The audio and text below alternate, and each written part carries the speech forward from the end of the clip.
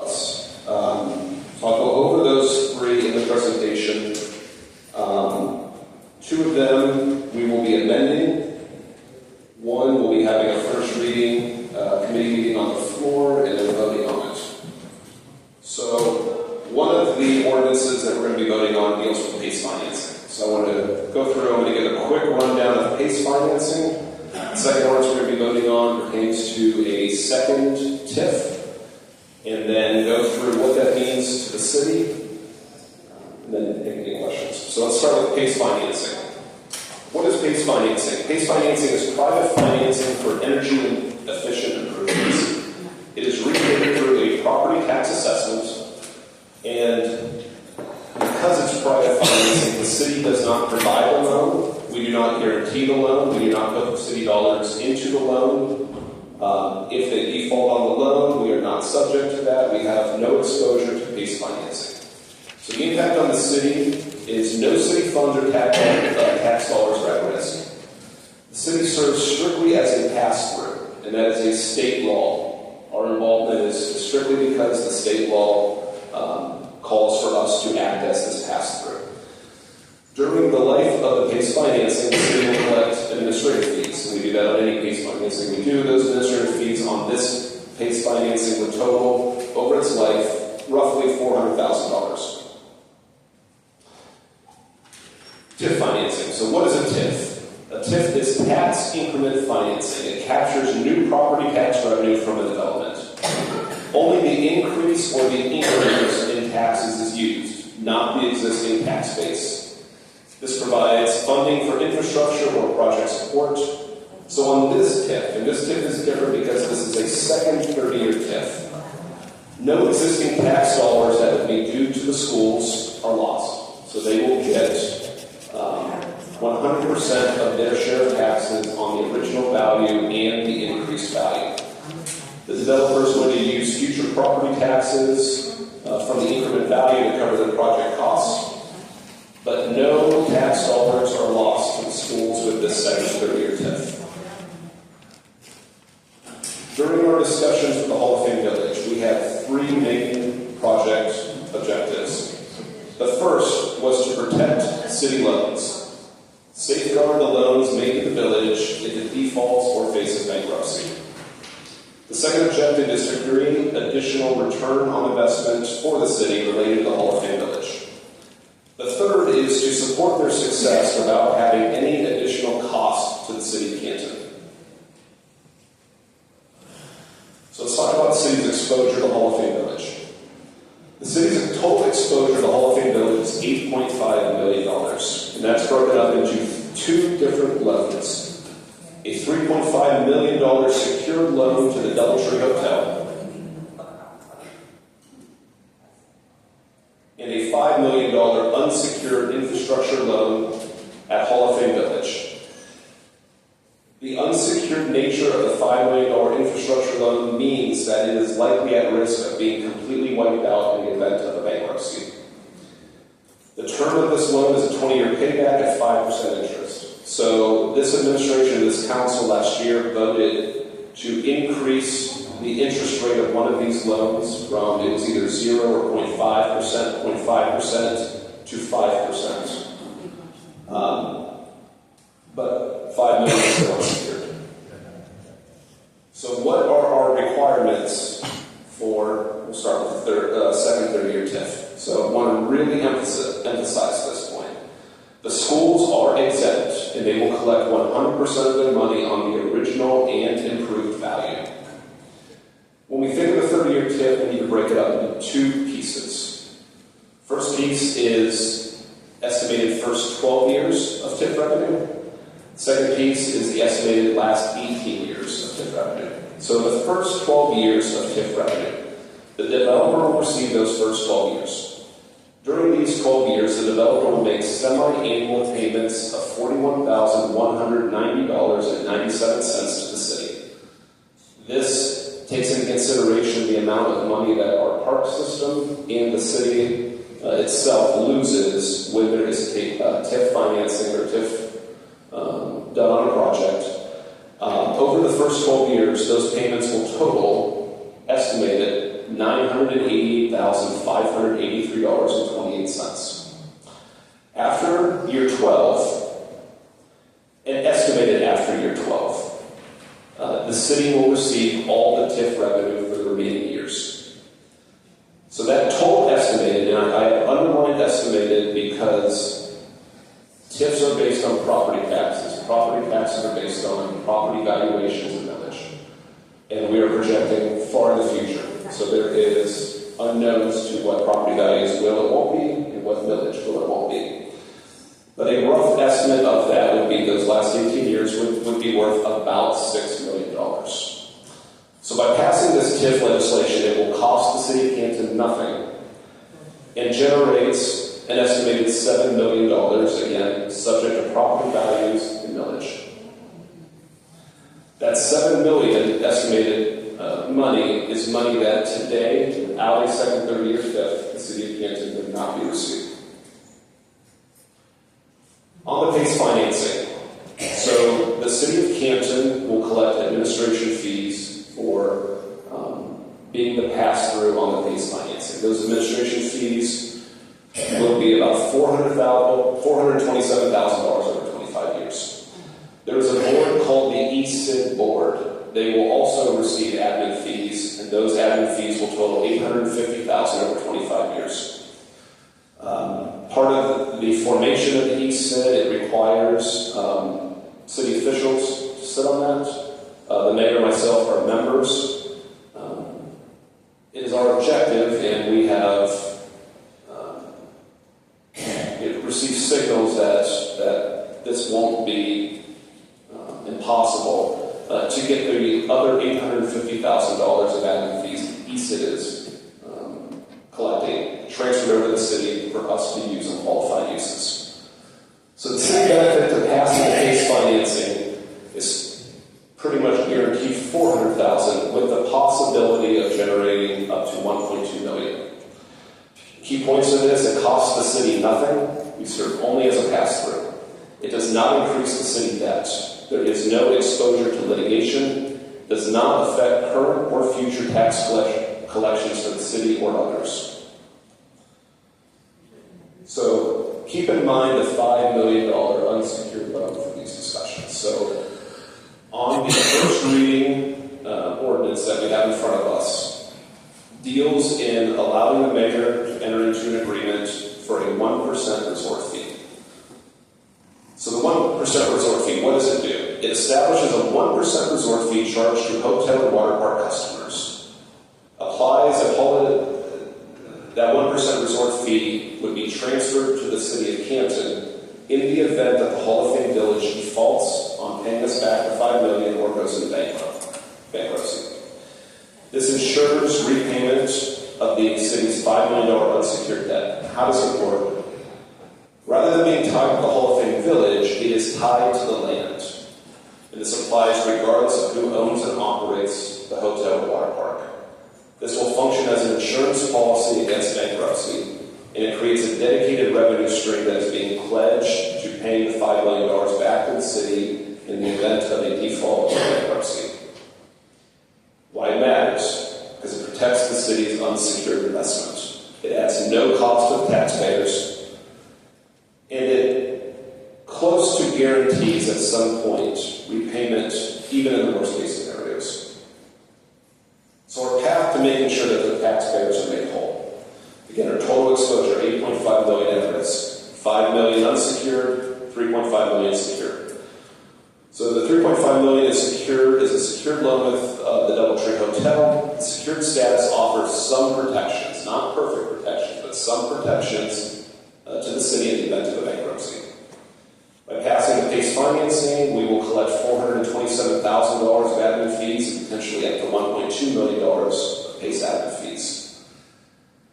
We will collect the last 18 years of the 30-year TIF, estimated again, subject to property values and millage, potentially $7 million collected that today we would not be. And finally, it establishes a 1% resort fee that creates a dedicated revenue stream to be pledged to paying the city back if a bankruptcy or default occurs. What happens if we don't pass this? For every that we can get from the Hall of Fame village, it is likely that the project will go bankrupt. The city impact, if there's a bankruptcy, $3.5 million secured loan is only partially recoverable in bankruptcy. The $5 million unsecured loan is likely wiped out. Other impacts, Stark County Commissioners, I believe, have a $5 million unsecured loan that is likely to be wiped out.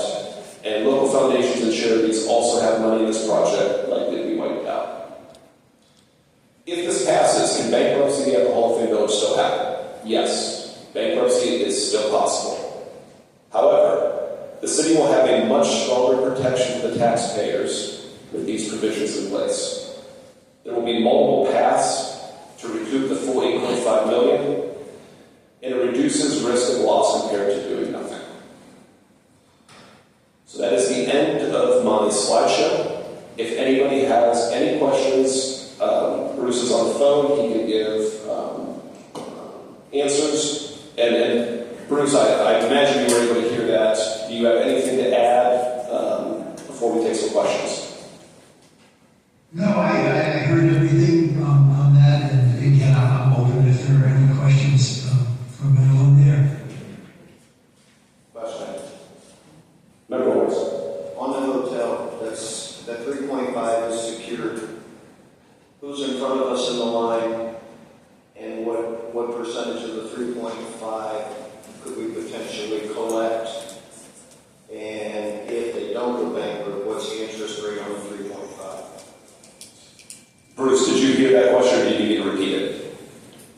No, I think I heard it. The question is that it's a secured loan, and should we estimate what percentage of that we could, expect to recover if it was bankruptcy? Is that correct? Yes, and then what the interest rate would be moving forward then on, or what is the interest rate on it?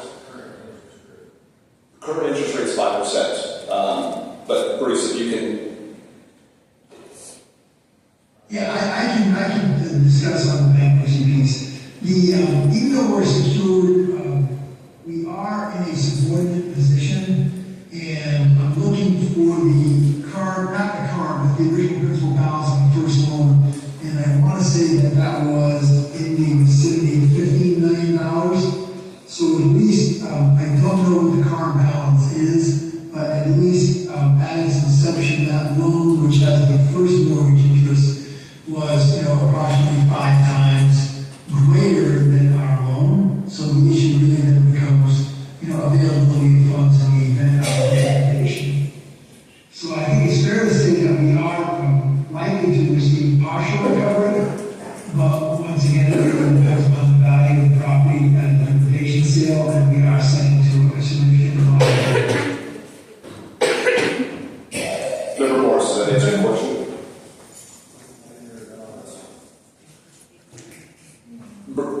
Bruce, Member Morris is saying that he didn't hear a dollar amount, and Percentage, we recoup 15% of our money.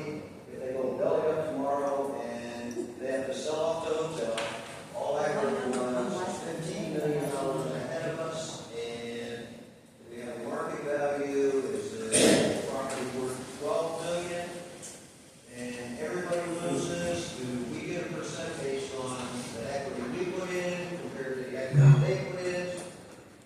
did you hear that, Bruce? Yeah, I did. Okay. So unfortunately, I do not have a market value for the recent appraisal or any appraisal for the value of the hotel.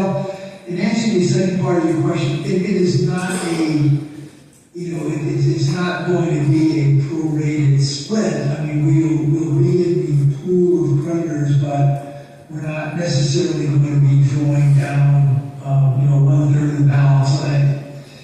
Again, what will happen is, and again, I can't say for certainty, but in the ordinary course, the lender will look at the value of the property and then move to have relief from the automatic stay.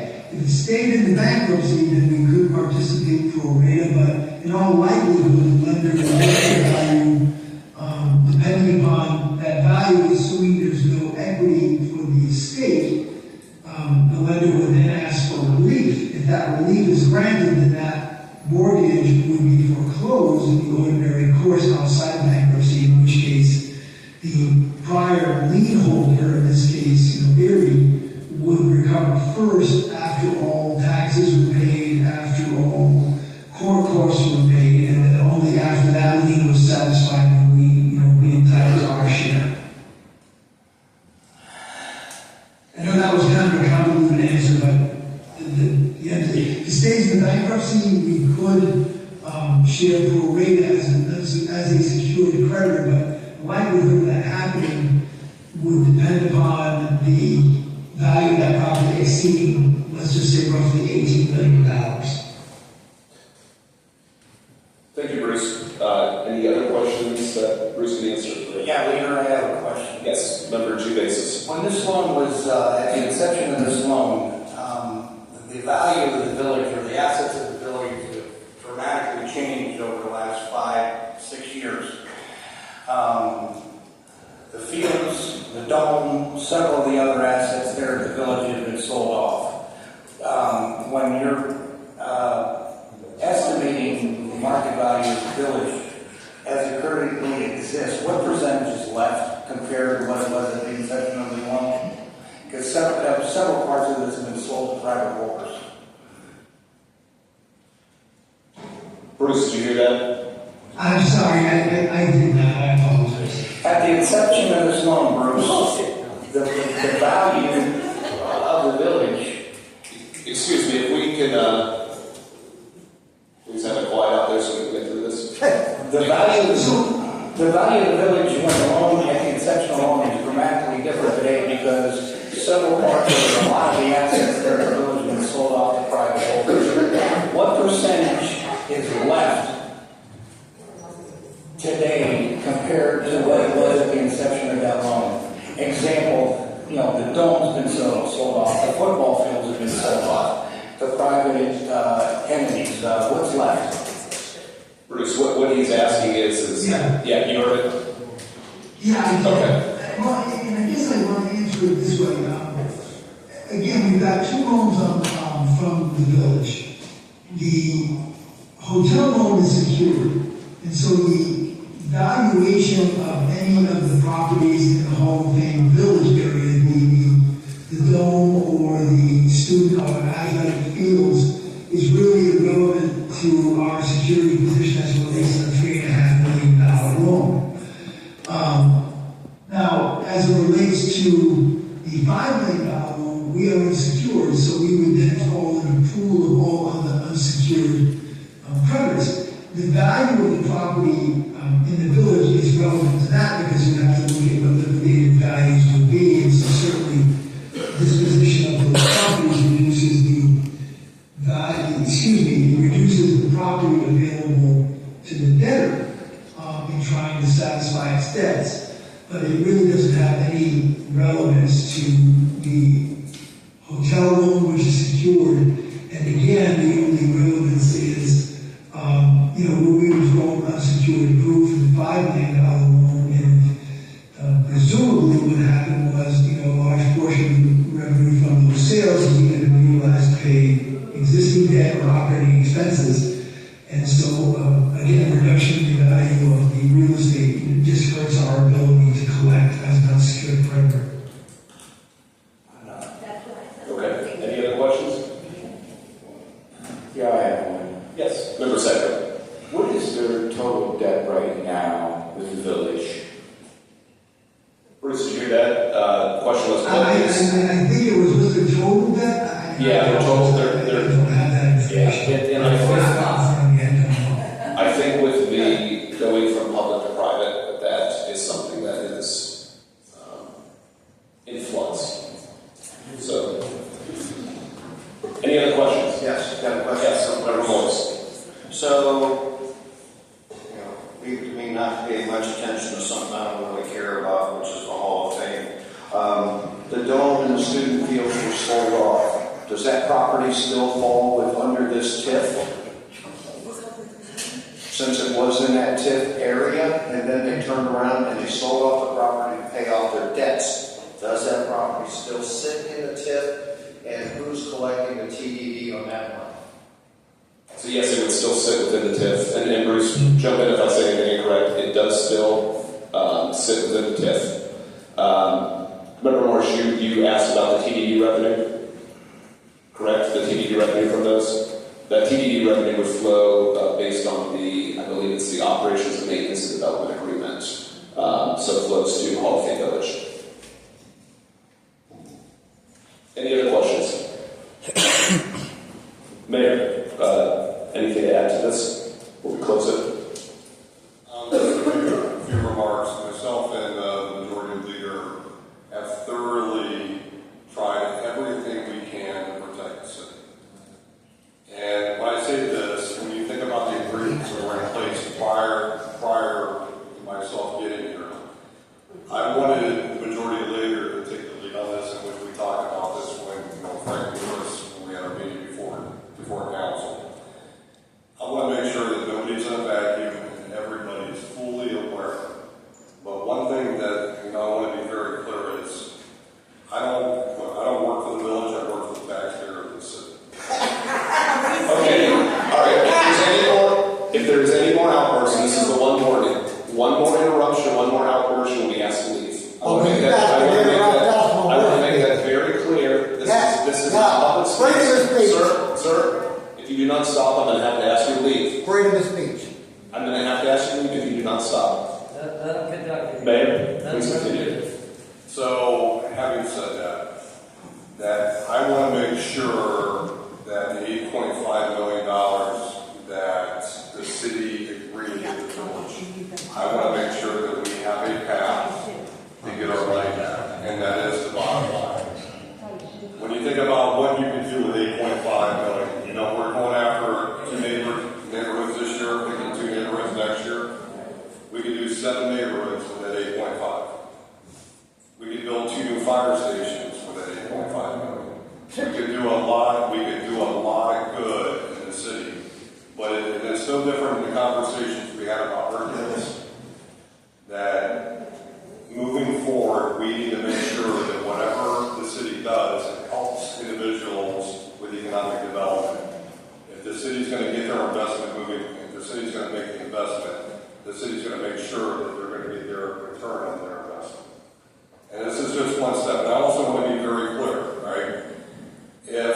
If they do file bankruptcy, yeah, there is a chance, there's a very, very good possibility everybody's going to get wiped out.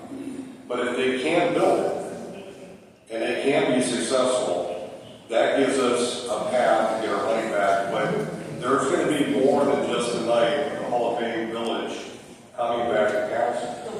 They're going to have to come back, and they are going to have to approve the TIP bonds if council does approve this, okay? For the construction, because it's going in phases. And when they come back, we have to have more serious conversations about a compensation agreement. Number one, to make sure that Canton parks can be made whole. But also, we want to, just to be mindful about our schools. It is very important that our schools, it is going to be very important that our school systems, which are both Plain and Kansas City, are made whole also. So we are asking for your support on this tonight.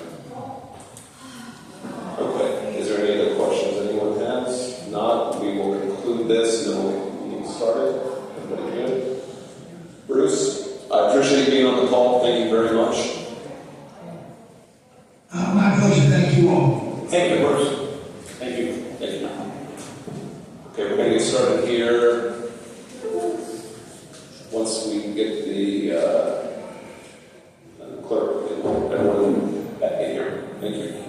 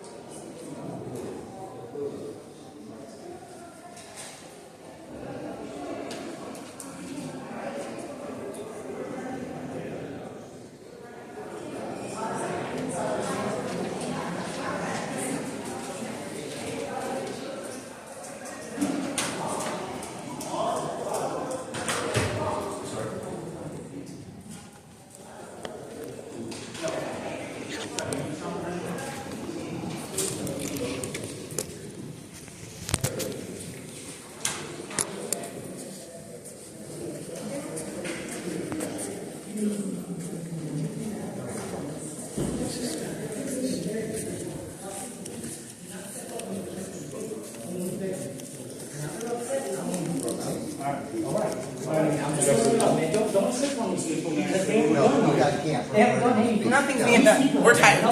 We're tired. We've asked you guys to do something, you won't do nothing. You are disrupting.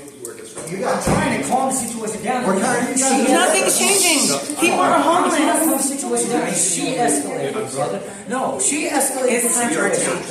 She escalated the situation. I'm the one trying to get it calm. Yes. Yeah, damn this, man. Geo basis, come on, brother. Come on, brother. Now, I came down here to sit there and get this calm and sit there and tell them to stop with this nonsense of trying to threaten people because they're upset and because nobody's listening for years, brother. Now, everything's calm and everything's good. Now, I'll go back in and cry. Is that the mayor? But this is ridiculous. Is that the mayor?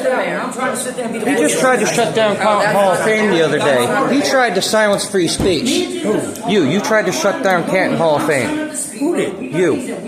You're busted. You got caught doing it. That's not the mayor. Oh, that's not the mayor? No, that's not the mayor. Whoever it is, it's the mayor. I didn't mean. Well, the mayor did it. They look alike. Whichever one. They They do look a little alike. But that stuff's an absolute lawsuit. And we got proof. No, he got busted doing that crap the other day. Big time. This is a civil lawsuit. That way you don't get tossed out.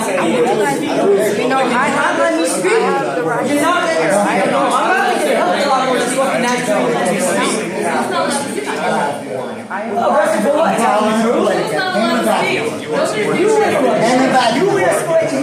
This is definitely a civil lawsuit. Okay, and I want your supervisor. Everybody calm down. Sorry, I thought you were him. You look alike. That's right. But he really did screw up. He caused this. Bottom of the paperwork.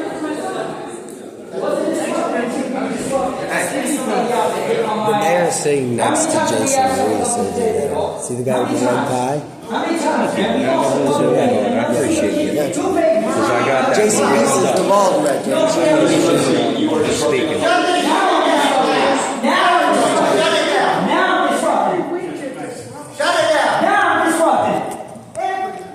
A year to the date, this is what happened. Gentlemen in the back in the yellow, you are disrupting and preventing a public meeting, and you are being asked to leave. Please leave. You're a title. I'm filing charges against every one of them. You need to.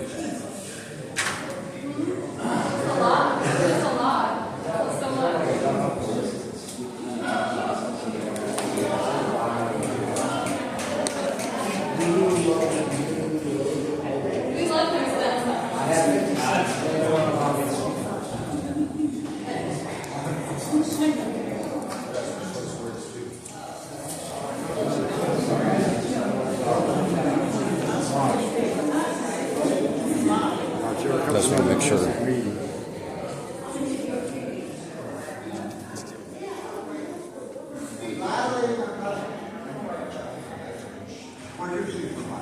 I want him here now.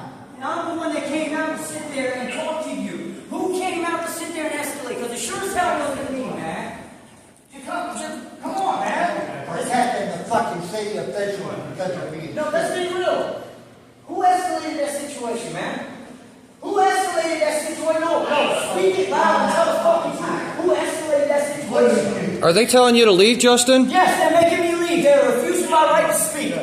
They're refusing my right to speak. They just follow the fucking orders, right? That's a lawsuit. And it wasn't until they said something now. Yeah, that's a lawsuit. Get a lawyer. They're police officers. You can demand to file charges here and now. You should. That ain't right.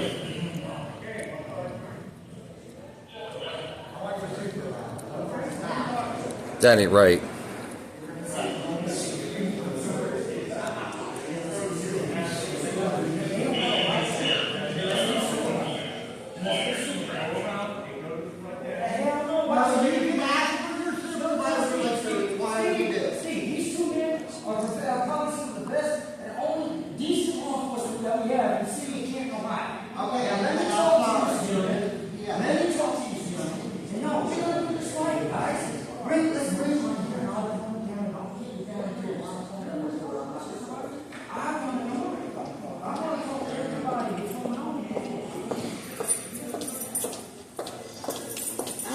be a part of this no more.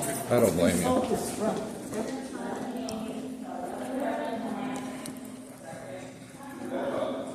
President, I move we excuse Member Kimbrough from tonight's meeting.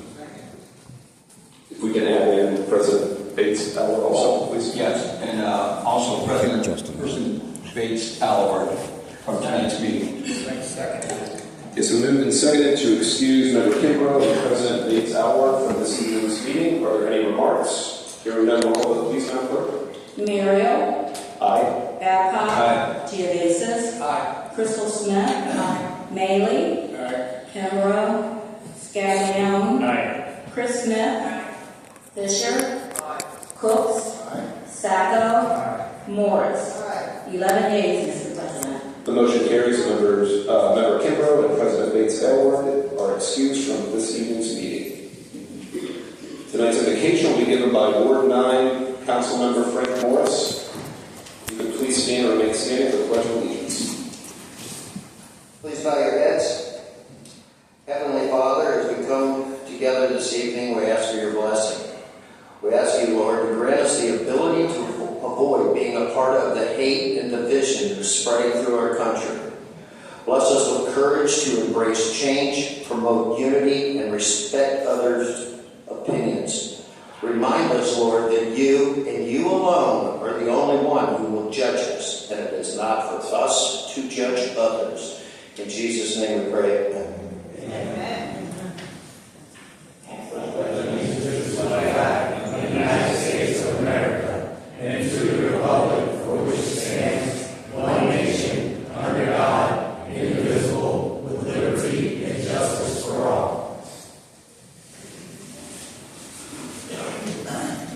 Thank you, Member Morris. Before we move on to agenda corrections and changes, many of us knew Dan McMasters. He was a fixture in our community, a volunteer on many boards, a real passion for the city and the county. Dan passed away, and so I'd like to ask for a moment of silence so we can remember Dan. Thank you.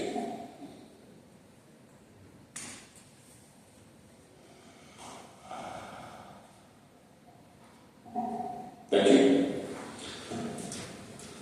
Okay, we're going to move on to agenda corrections and changes. Leader Babcock.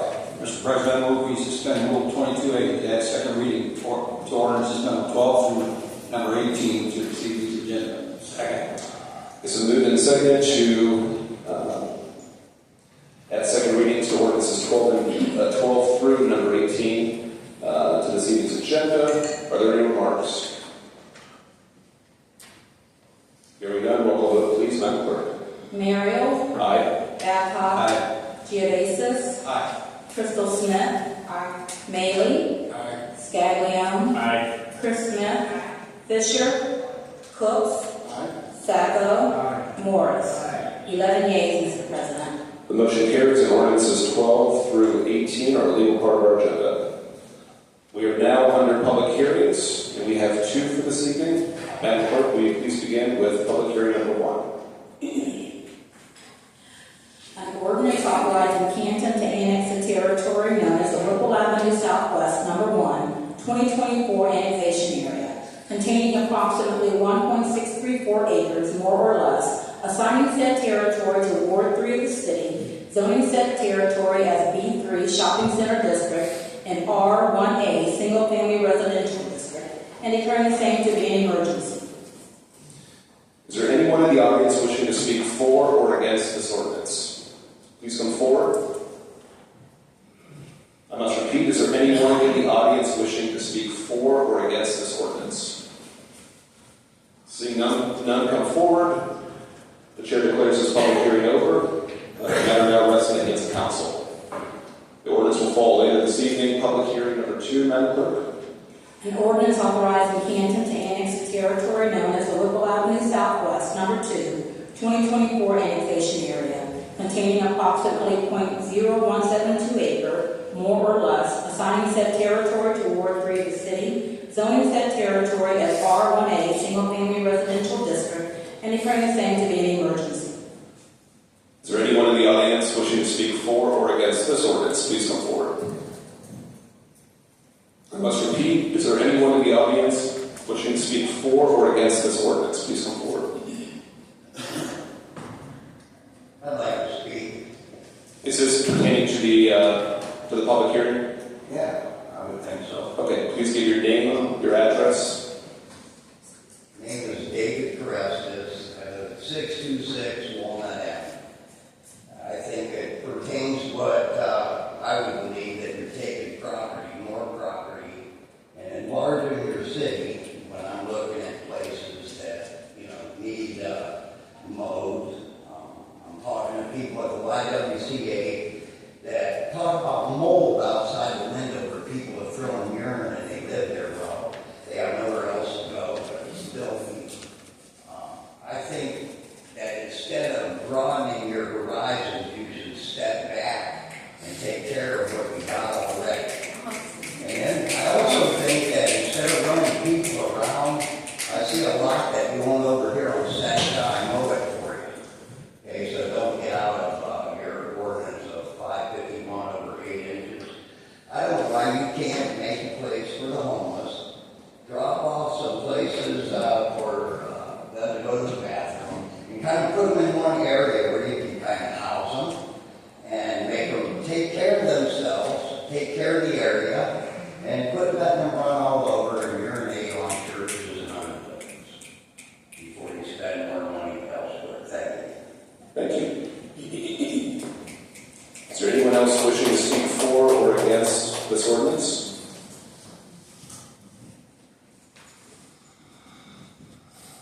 You can give your name and address, please. My name is Daniel Bates, and I live in the U.S. Constitutional Republic. So I agree with Mr. Resses that we need to start focusing more of our energies and monies towards the city lots that we do have. Unless it's a guaranteed for sure that it's going to be a positive investment, which no investment is guaranteed 100%. I don't think you should be expanding any further when you can't handle what you have. Thank you. Is anyone else wishing to speak on this matter? Public hearing? Seeing none, the matter now rests in the hands of council. The ordinance will follow later this evening.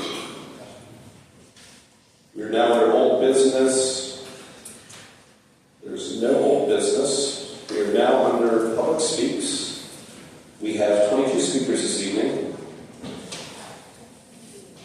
I will call you to the podium and you'll have 3 minutes. If you can give your name and address, please. First public speaker, Kimberly Bell. She left. Okay. Second speaker, Bennett Parker. Bennett, if you could please come to the podium, please. Thank you.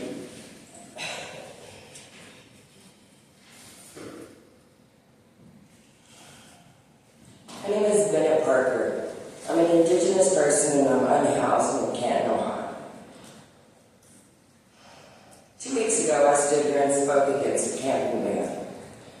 Tonight, I'm back because the situation has only gotten worse. This council voted 8-3 to pass the ban. We know that. But what's happening now is something different and something deeply concerning. The law does not go into effect for another 2 weeks, and yet police are already enforcing it. People are being told to move, threatened with tickets, threatened with jail, treated as though the laws aren't active. Just yesterday, we were sitting in the park when a mentally ill person was sitting on a picnic table. A member of city council, I'm not going to call them out personally, we both know who you were, yelled at the man out the window of his truck to get off of the picnic table. People eat there. This man wasn't doing anything. He was sitting there watching the game, and he was unusually quiet because he's not like that normally. So, is that leadership or is that harassment? Whether you supported the ban or not, this should trouble you. Because if the police can decide when a law begins, what did your vote even mean? That's right. What does the process mean? This isn't just about the unhoused. It's about authority, accountability, and whether the rules apply to everyone, including law law enforcement.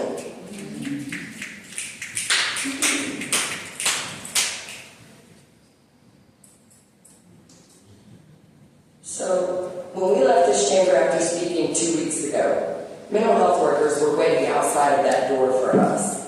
They were trying to recruit people into institutions. One of them even said, and I quote, "After all, it is a bed." But let's be honest about what kind of bed that really is. It comes with conditions, forced medication, the loss of their freedom. It does not address the root of homelessness. It just hides people away under the label of treatment. And coercion, that's not care. Criminalization, that's not care. Neither pushing people into jail cells or into locked wards is a solution to homelessness. What we need are housing options, supportive services, and dignity. What we are getting is punishment, intimidation, and control. And meanwhile, this city, along with at least one outreach program I know of, is pushing funding for new sidewalks and even a new museum instead of addressing the homeless crisis. And it is a crisis. Thank you.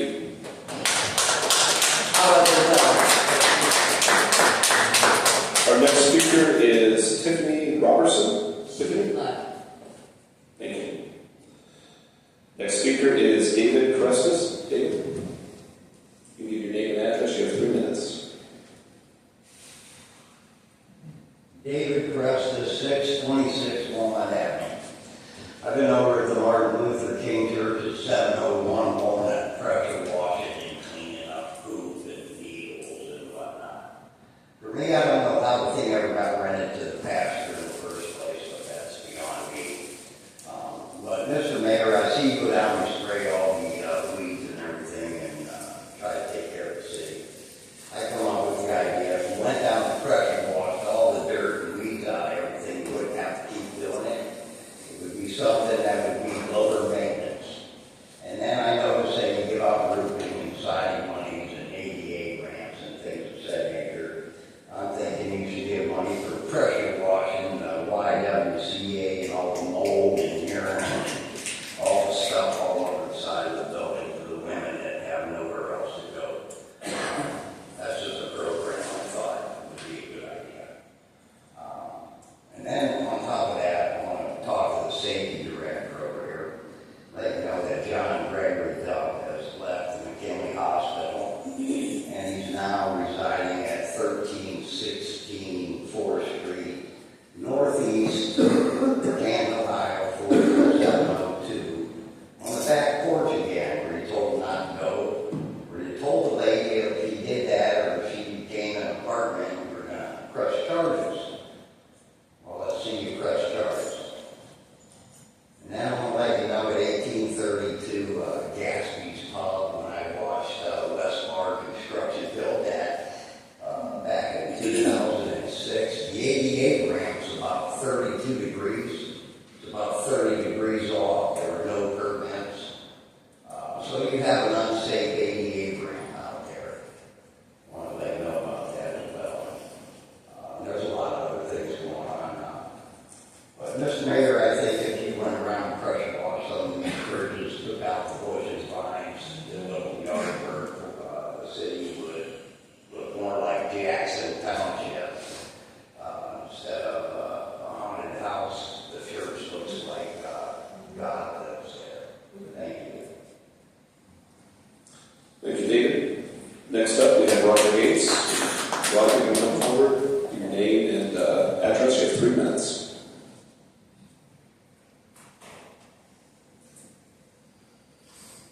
I am here to talk about life, liberty, and the pursuit of happiness. In order to have life that has to exist, you need space, you need somewhere. Our homeless in this town, you guys just took any kind of space. You guys are trying to indoctrinate them into a system that you guys have created, not one that they're comfortable with. They are the most devoted populace in this town. town. I guarantee you, none of you guys would stick together like these people do. How many of you have actually sat down and talked to these people for any length of period of time to understand what they need, what they desire? Or is it what you want them to need and desire, so that way you have purpose in your life? I don't need that in my life. You know, they want some space.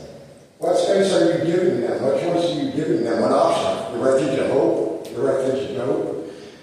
The problems associated with it is that some of them don't believe, and I'm fine with that. I do believe, okay? I believe in Jesus Christ as my Lord and Savior, okay? Some of them don't. Don't indoctrinate them. Don't make them, in order to get a bed, have to serve services. Don't make them have to do that in order to be able to eat. Evidently, in this town, I can say one thing: the homeless do eat. Evidently, you solve that problem. Let's give them some space in the world. Let's give them some place where they can be safe. Okay? This is across the nation. Is it going to be any different if you chase them out of this town and they move on to the next city? No, it's not, because everybody's ignoring the problem that's right there in front of them. Because it's easier that way. It's easier to throw the money at it instead of giving of yourselves. That's what I've asked you guys to do since I've been here the last year. Give of yourselves. Can you do that? Are you willing? Are you willing to give up the ego? Are you willing to give up your self-preservation to go out there and talk to these people? That's why they're here. They're looking for somewhere to exist without the repercussions of manipulation, indoctrination, and other things of that nature. Give them some space. Respect them. They respect everybody. Thank you. We the people, I would like one thing for you people to understand. I have offered you guys to come talk to us. You want to come talk to me?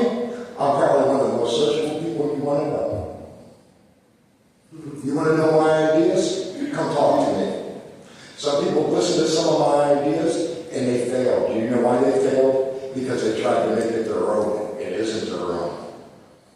We the people.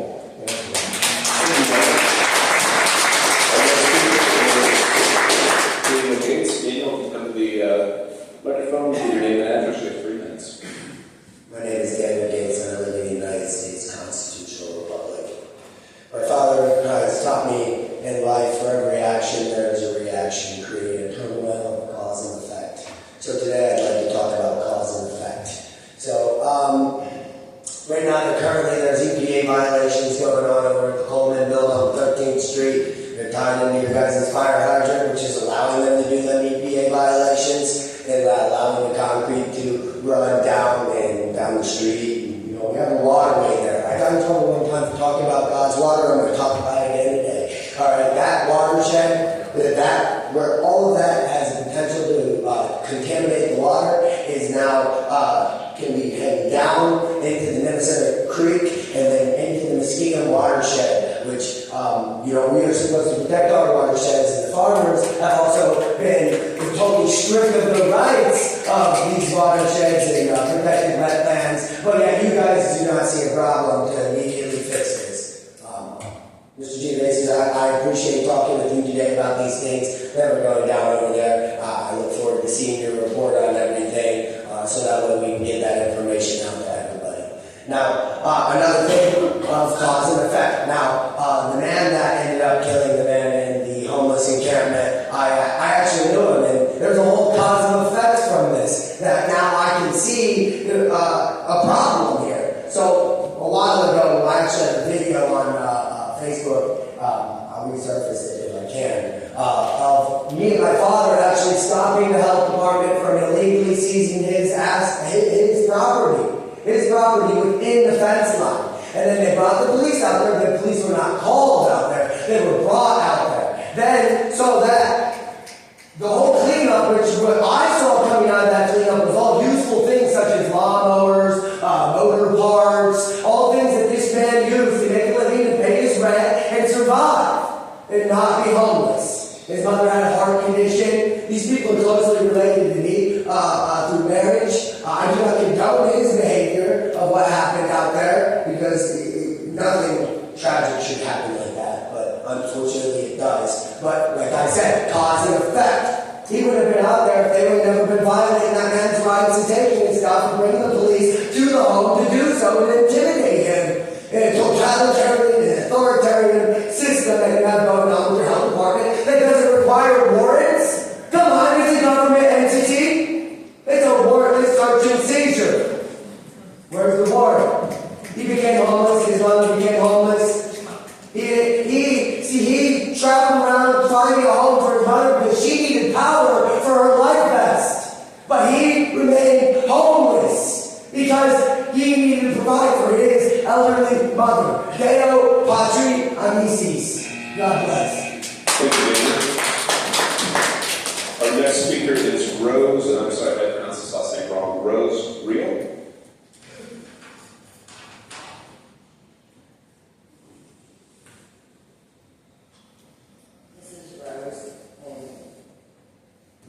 Yeah. You have 3 minutes. Go ahead. This is Rose Real, and she's unhoused in Canton. She's speaking today because this camping ban does more than punish people. It ignores the reality of our lives. The truth is, people like me already face the constant challenges, illness, disability, and lack of transportation and safety concerns. This law will force us into spaces that are unsafe, overcrowded, or far away from the support we need. It doesn't just move people, it endangers them. This ban assumes that the streets are the problem, but the streets are not the problem. The problem is the lack of housing, the lack of accessible services, and the lack of basic understanding of what it means to survive when you have nowhere to go. We are not lazy or careless. We are people trying to live with few options we have. By passing this law, the city is taking away the small amount of control we have over our own lives. Even simple things, choosing where to rest, where to sit, where to gather safely, will now be crimes. And when people break these rules, they are punished, not held. I want to remind you that we are more than statistics. We are neighbors. We are community members. And laws like this push us further into danger and isolation instead of giving us a chance to recover, to work, and to live with dignity. I ask you to reconsider this ban, or this camping ban. Look at the lives this law will affect. Listen to the people who actually live this reality. Give us housing, give us safety, give us dignity. Punishment will never replace humanity.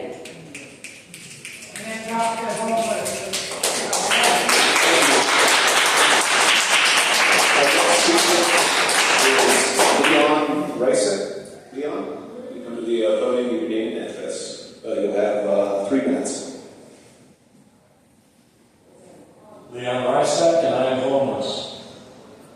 I am the son of Marie. Like my mother, I am homeless here in Canton. I want to speak about how this new camping ban directly affects us. This law does not exist in theory, it exists in practice. It means that if I am sitting outside with my blind mother, if we are resting, if we are simply surviving, we can be stopped by the police, we can be fined, we can be arrested, we can be pushed out of sight. That is what this law does. It turns people like us into criminals, not for what we have done, but for what we are, unhoused. Already we are being harassed in public spaces. Officer Watkins told us directly that City Council instructed him to enforce a 2-hour limit in the plaza. That is not written into the law, but it is being enforced as if it is. So even before this ban takes effect, it is being used as a weapon against us. If this is how it starts, how do you think it will be when it is official? The law strips us of freedom. It says that public space, the space that taxpayers fund, the space all people are supposed to share, is not for us. It tells us that our presence alone is a crime, that it is not democracy, that it is discrimination written into law. And I want you to think about this. What choice does it leave us? There are not enough shelters, there are not enough beds, there are not enough services, and the little that exists comes with conditions, with strings, with loss of freedom. So where are we supposed to go? If we sleep outside, we are criminals. If we sit too long, we are criminals. If we simply exist in public, we are criminals. This law does not stop homelessness. punishes it, and it makes life for people like me and my mother already hard, even harder. We deserve better than this. We deserve dignity. We deserve the same rights as anyone else who calls the city home. Thank you.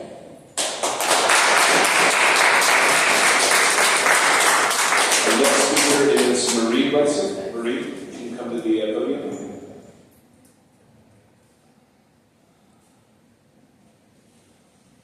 I'm going to speak on behalf of my mom Yeah, again. yeah. She's 65, she's blind, and homeless here in Canton.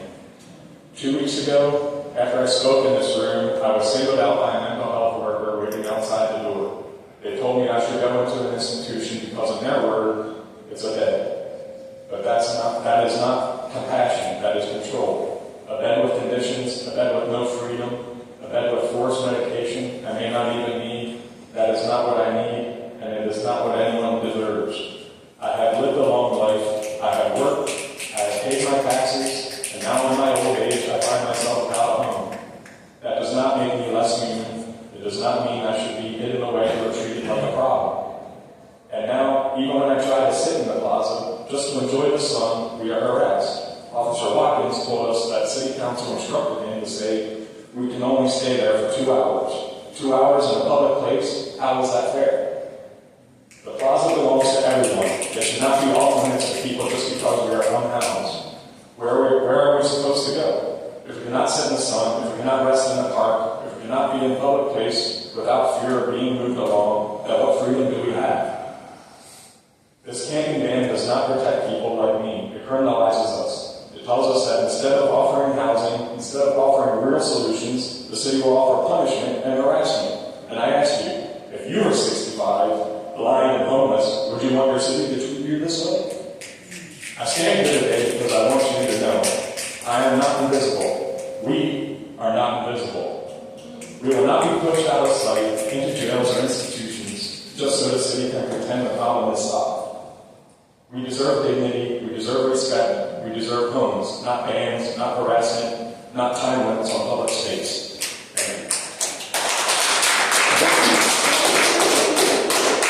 Our next speaker is Shauna Kirby. Shauna, if you come to the podium, you'll have 3 minutes. Hi, my name is Shauna Kirby, and I'm homeless in Canton, Ohio. I wanted to come up here and just say I apologize for my behavior the last time I was in office. I took my mom out to the car, and when I came back in, there was a different demeanor in the room. And you could tell you guys were going to vote yes on that stupid-ass ban. And I just overreacted. But you know what? Being a leader and being accountable is important. And I hope you all know that you should be accountable for that. Another thing is, Mayor, you're lying when you said that nobody's been arrested since 2016. There are so many criminal trespass charges in Canton, Ohio, from the homeless folks that get these. So in the wintertime, you guys do these things that we call them sweeps. Okay? You're sweeping the homeless folks to populate a jail number and a financial status quo. That is not okay. I'm shaking in fury that it's like this, that our whole country has taken our freedoms, and criminal justice reform is needed in not just our city, but every city in the United States of America. There's something really wrong when you turn profit not just on the prisoners, but you turn profit on their families too. That's right. Because you know, the phones cost money, the food costs money, the clothing costs money, the televisions cost money. Who's doing all the turning the profit there? Who's getting the money for that? Who's heading these programs? Who's heading all these programs? Because you're getting private donations for that new refuge to be built. Why is the city taking care of it with taxpayer dollars, not private donations? Okay. They stole the money. Where's the money going? Okay, another thing is, why are we not teaching our children the Ohio Revised Code in the school systems, or even when you come out of the vagina? Because we need one of the copies of those ordinances and books and stuff, because none of these kids understand you're turning profit on a generation of people, and then it hits the next generation. And I'm 40 years old now. It's happening to my child's generation, and I don't like it. Public transportation transportation needs to be updated. Those buses are hit. They are gross. You got enough money with the marijuana reform law. It's been in place for 4 years. Come on now, you can do more than just sidewalks and roads. Instead of citizens getting 3 minutes to speak up here too, we need a council that provides feedback. I don't want to just stand here and talk to you. I want to talk to somebody, because when Fox 8 News was here, you guys was out here fast as hell talking to whoever you put on camera. You can talk to us too while the cameras aren't here. It's important. Oh yeah, fuck the CPS system. Yes. Thank you, Melinda. Our next speaker is Renee Aldrich. Renee, you come to the podium, please. You give your name, you'll have 3 minutes.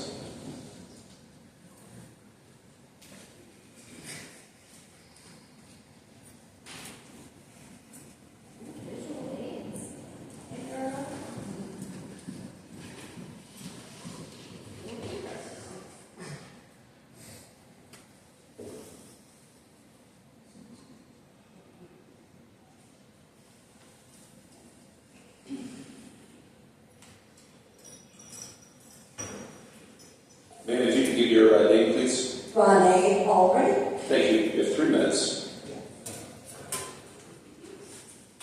Don't let them start your time until you're ready. Yeah, don't She No. deserves that respect. Yep. This is part of public speech. Yes, it is. No, She didn't say our Ma'am, you have 3 minutes. So, give them other people the respect. Excuse me, this is public speech. It is her turn at the microphone, so if everybody can please be quiet and allow her to I will speak. take my time, please. Can you please reset my clock? Your time's over. Please continue. Please reset my clock. Ma'am, please Who's that o'clock? move forward with your remarks. Will you reset my clock? No. I haven't even started yet. Please continue. I need 3 minutes. We're now at the minute, so please. Tell me to reset my time. Madam Leader, Mr. President. Vote on it. Can you please vote on it? I have packages. This is Nuremberg Code. This is Nuremberg Code. This is treason. I for one would like to see your time restored. Yeah.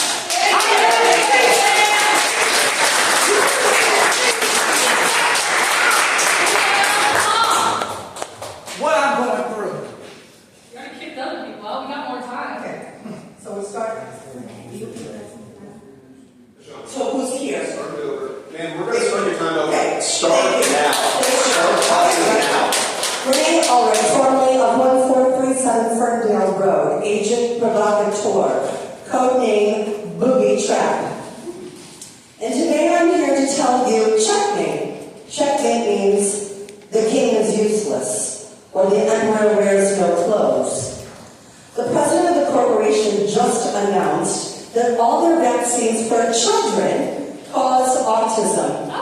That is a Nuremberg Code violation.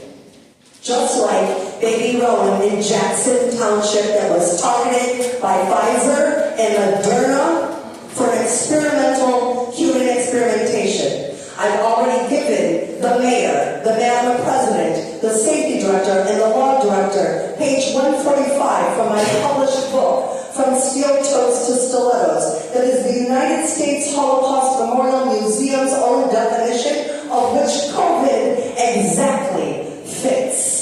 Because Operation Paperclip is, you all don't even know what you are, what the corporation is that you have and what you represent. Now, of the 4 that got the envelopes before, did the rest of you, did they make you a copy of the Nuremberg Code and let you know that there's a Nuremberg Code violation in Jackson Township through community health worker Sierra Mason? Well, don't worry, that child has now been removed from the Nazi state of Ohio. What the mayor has today is the true agenda and operating system of the former United States of America Incorporated of how to make a slave. These people think we're slaves. They don't even know what part of matrix they're in. America is a constitutional republic. America is the second constitutional republic. America is second to Israel, the first constitutional republic. America was supposed to be a nation under God, but you all have turned your back on thy neighbor and God. When Washington, D.C. is the disease, local government must be the cure. When Washington is the problem, local government must be the cure. You know what I think's wrong with all the American men? All the men in America. You've all lost your thinking caps. You don't even know why you need one. Now, you'll not Charlie Kirk me. You just got your Jesus. He just died for the sins of America that you all keep carrying out. But guess what? Through the Stark County Committees of Safety, the Medina County Committees of Safety, and all the committees of safety, we will perform our own grand juries, our own Nuremberg Code. And it is going to be Nuremberg trials here in Canton, all of the Nuremberg trials. Your time is up.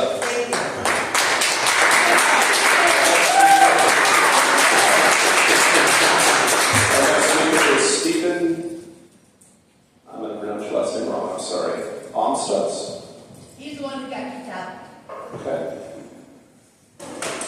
Then our next speaker is Eric Resnick. Eric, if you come to the podium, please give your name. You have 3 minutes.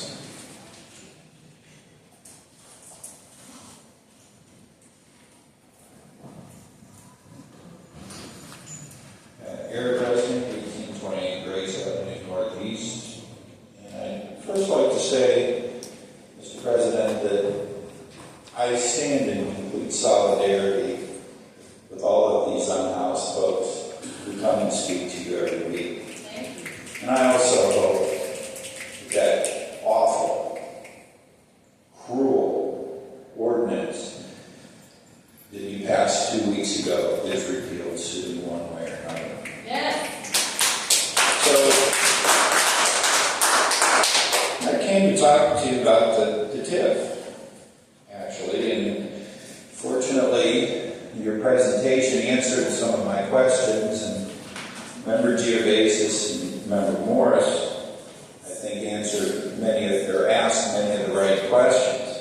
Whether or not they got sufficient answers remains to be seen. But I wanted to talk about the Hall of Fame Village TIF from the perspective that I worry a lot about, and that is its impact to schools. Now, I've been here a number of times talking about TIFs and the impact to schools, and there are people on this council over the years that have told me that I'm wrong. Told me I didn't know what I'm talking about. And kind of have a belief that there's kind of magic money, that if you just excuse all these taxes, everybody's going to do better. And of course, that's not true. And what I wanted to point out tonight was two things, and the mayor acknowledged it tacitly, and also in the letter that the city sent to the Canton City Schools Board of Education, signed by the Director of Economic Development, Peter Sahursky. And I'll just read the sentence here. It requires the extension period be a non-school TIF, meaning that during each of the year, the TIF extension period, the school district will receive compensation equal in value to the amount of taxes that would have been payable if the improvements had not been exempted from taxation. This TIF, this specific TIF, is what's called a non-school TIF. It is somewhat unique in this city, because non-school means that somebody else is going to give the money to the school district. And in this case, that is the city. Not Hall of Fame Village, but it is the city. And that amount to the school district has been, for the last 10 years, about $258,000 a year. But what I wanted to point out was the Nesta TIF that you did a couple weeks ago is not a non-school TIF. The school district is eating that one. The Doubletree TIF as part of this Hall of Fame builder event, Your time's up. is not Thank you. a non-school tip. Our next speaker is also being that. Your time's up. Our next speaker is Elizabeth Johnson. We're going to be coming to podium with your name and address. You have 3 minutes.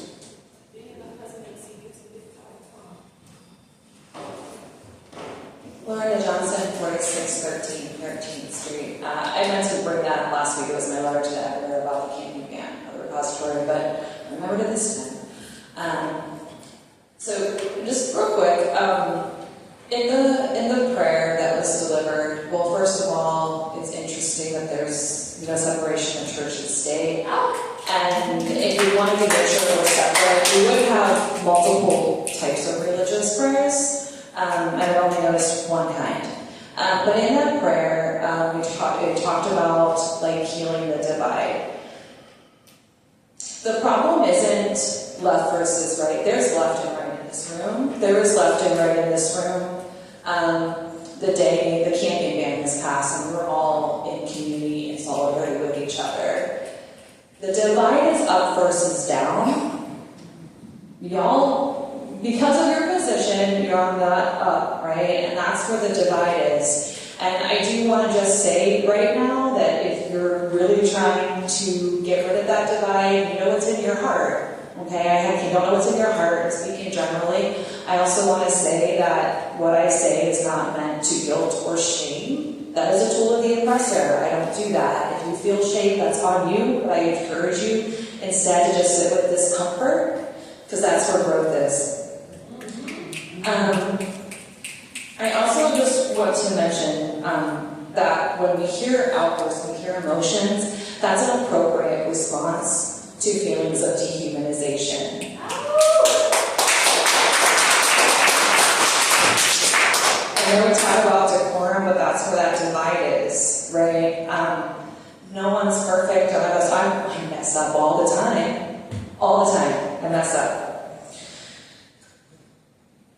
I want to address, so that being said, I want to address some old business. So last week, old business was brought up where Chris Smith had mentioned that the public was asking about the ordinance specifically. Mariel, you told me in your own words your definition of what old business was the week before. What Chris Smith was doing was absolutely the definition of old business per your definition. The mayor was not answering the question. Chris Smith tried to get the mayor to answer the question. You cut her off, someone who has been on the council longer than you, and defined old business. That's called mansplaining. Again, please, this is not to guilt or shame, this is for reflection. Also, with all of the talk about saving the Hall of Fame Village and all of that and economic development, why is there a Starbucks in there, not a local coffee shop? Why are we talking about millions and millions of dollars to save that and not housing? I mean, no, we're talking about housing, but focus, right? It should be people over profit. Thank you. Okay, our next speaker, I'm not going to read this, I believe it's Jerry Lou. Okay, thank you. You come to the microphone, give your name, about 3 minutes. Yeah, my name is Jeremy Yellowcone, and I'm actually a destitute. I live in your streets. There are streets. I sleep in your parks. There are parks. The message that I leave with you this evening will actually build a bridge into the next meeting that I come to speak to you guys on. So first and foremost, I want to say thank you for the ladies and gentlemen of the council for allowing me to speak this evening. Look at the word Canton and the first and last letter of that word and focusing inward. And it's the city of can-nots. We need to have change in order to improve that terminology and that philosophy. I also want to look at the word humanity. For we all are human beings, but we need to be more unified in doing so. And when we look at the actual homeless population, we all have grandiose and great thoughts. But we have to be bridged down and also anchored down with the realities is that this city doesn't necessarily have a budget that would warrant what we would all like to have in the immediate future. Though there are many of us that do sleep on our streets and in our parks and in our public bathrooms and into alleys of which are not safe. I know that all too well because I have been assaulted in more than one county in this state, and I'm angry, and not to even call Governor DeWine's office, but that's not my reason for being here tonight. So when I leave with this thought, and as I walk out of this room, I want you to remember something. That trees take 50 to 100 years to grow. You can send it to the mill, then you can send it to the actual U.S. Mint, then finally to the U.S. Federal Reserve. We're going to be divvied up through appropriations and through governmental spending and budgeting from the top of the U.S. presidency all the way down to our local government here this evening. But we all need to be pillars of the community. We all need to be members of the humanity. We all need to be in this together. For not one single Cantonian needs to desert or actually feel that they are actually being left out on the streets alone. I embrace the Canton Police Department. I embrace the Stark County Sheriff's Office. That's because those men and women are what keeps me alive some nights. So I would like to leave you with this final message, is that I would hope that I would actually be invited to speak again. And it'll be, for every 3 minutes, it'll just be another step, and maybe what could be written as a grant to actually help bridge those financial gaps that the city can't actually afford. Have a great evening. Our next speaker is Stephanie Farrell. Stephanie?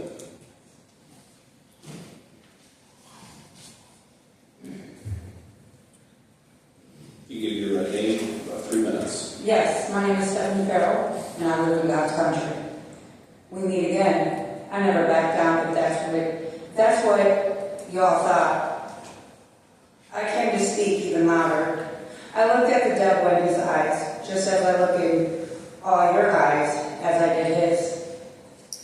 You all want to keep us quiet and silent, but that's not going to work. You can try to shut us down on our platforms, but that's not going to work either, because we are just going to work. We're just going to come even louder and work even harder. I'm a victim of CPS, and I came here with my story and more, and you shut me down. So now, I'm here to tell you all, even the mayor, you guys give trophies to all of your other communities and your other sponsors. But what have you ever given? Canton Hollow Shane and the Family Court Fraud Warrior Projects and Jessica Saxton for the fight that we are giving for all of our kids and the ones that are committing suicides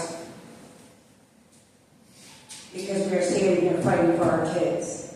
So, I'm giving this award and this testimony to Canton Hollow Shane and Justin Nicely and the Family Court Fraud Warrior Projects. And the reason why my story, my testimony is going to be heard because you guys want to shut us down. So, this is what I have to say. With everyone that has been on board with our groups and our protesters, keep coming. And everyone that is video recording and whatever, everyone please come, bring your testimonies and stand out. Because you know why? Everyone, even in this room, in your mayors, taking away our freedom of speech. Our cops and everybody. Please, everyone, come take a stand. But right now, I also want to say, Justin, and everybody else, I want to say thank you for taking a stand, because you know why? We are the people. We are going to keep coming, and we're not backing down. Y'all have a good night.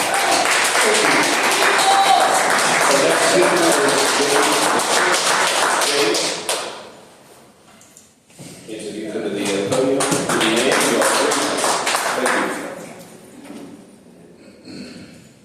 My name is James Gibson, and I'm homeless in Canton, Ohio. First off, I'd like to say thank you for allowing me to be here to speak. And to the three of you who voted against the ban, I thank you for realizing that there's a better way to handle this situation. To the rest of you folks, I ask you a question. If you have never been in my situation, how are you fit to decide what I need? fit to tell me where I need to go? Why would I want to go to an organization that doesn't allow me to practice my own religion? I'm not a Christian. I'm Norse pagan. Why would I want to stay in a homeless shelter where I'm forced to participate in a devotion that I don't believe in? Or I'm kicked out? Where I'm unfree to practice my religion? Where I'm unfree to be myself? I am guaranteed inalienable rights by the Constitution of the United States that I served and defended. I'm asking you people, why is it just that just because I am homeless, I should be considered a criminal? Why is it just that any of these people here should be considered a criminal? In recent weeks, some people have referred to me as one of the leaders among the homeless. I don't want to be a leader, but I am reminded of the words of my drill sergeant. Some of the world's greatest leaders were the ones who didn't want power. So if that is the role that I must take up within my community, then that is the role that I will take. I will educate them. I will teach them to use your system against you. I will bring them to battle against you in the courts if I have to. Thank you very much. Thank you. Our next speaker is Joseph Cal. Joseph Cal. Oh. That's fine. This is Joe Kell. He lives at 1527 Spring Avenue Northeast. I used to be homeless here in Canton. I used to struggle with addiction. Today I'm housed, and I'm starting outreach work with people who are still on the streets. I know what it means to live out there, and I know what people are facing right now. When I was homeless, laws like the camping ban would not have helped me. They would have made it harder for me. They would have pushed me further away from hope. Threats, harassment, and police pressure don't lift people up. They bury them deeper. What helped me was people. People who reached out without judgment, who offered real resources, who believed I was worth saving. That is what gave me a way forward. Not punishment, not bans.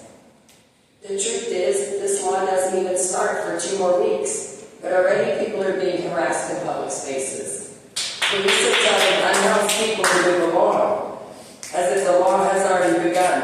I hear it from the people I talk to every day. They're scared. They're being treated like criminals for sitting in a park or resting in the plaza. And once this ban is official, it will only get worse. This ban does not create housing. It does not create recovery. It does not create safety. All it does is tell people they don't belong anywhere.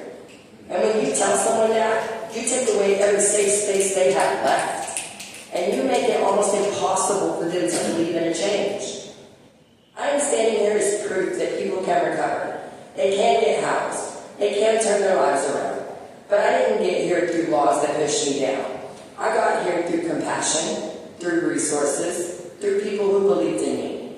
Everyone out there deserves that same chance. This camping ban takes it all away before it even begins. If you really want to see change in this city, it won't come from handcuffs or tickets. It will come from housing, from treatment, from outreach, from treating people with dignity instead of criminalizing them. That's what saved me, and that's what will save them too. Thank you. Our next speaker is Chase Ross. Chase, you can come to the podium, give your name, you have 3 minutes.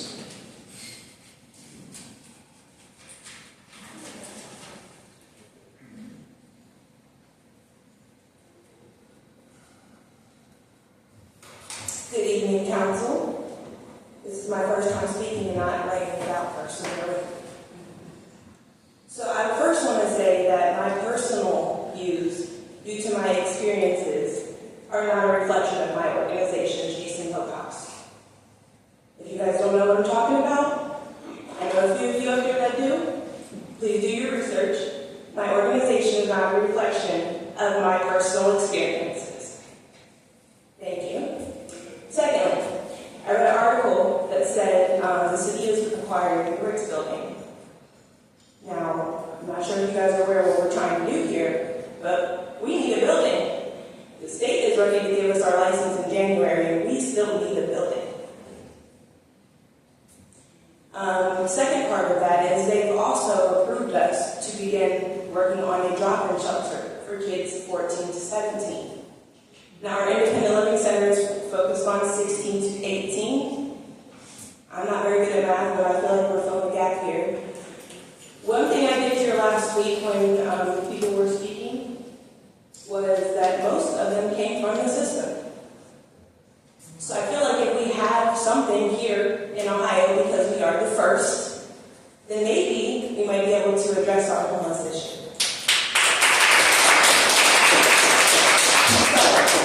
I'm going to turn it over to my partner. She's a few things to say to you, which is a little less aggressive, and I'm sorry if that came off as aggressive. It's just a little frustrating. Necessary. My name is LaMonica Jackson Young, and again, I am the Director of Operations for Chasing Hope House. Again, we are opening up the first independent living facility for the foster youth between the ages of 16 and 18 that are at risk of homelessness. I'd like to invite you, as well as the community, out to our meet and greet this Friday, October 3rd from 5 to 8 at District 111, right across the street from City Hall. This event will introduce our mission. It will feature a silent auction, a team vendor area, and will highlight the amazing partners supporting us. It will also highlight how you can support us. We are so committed to getting the word out that we created flyers, so much so that we created a giant. That's how excited we are about this event and the thing that we are ready to share with Canton. Chasing Hope House is more than a program. We are a lifeline for the youth who might otherwise slip through the cracks. We want the city not only to join us in showing these youth, but the people that Canton is here for them. So please, walk across the street this Friday, October 3rd. Learn more about us. Help us bring hope to the future leaders of our community. And again, we are going to be right across the street from 5 to 8. Thank you.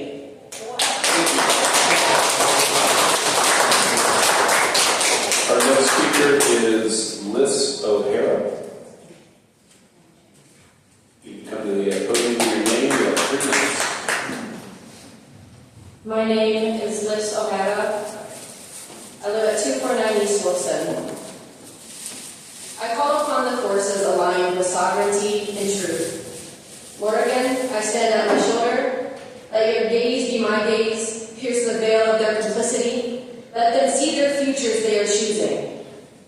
Baal-Zebub, Lord of High Place, let your missionaries of decay feed upon the rot in this chamber. Break down the structures of greed, reduce them to fertile soil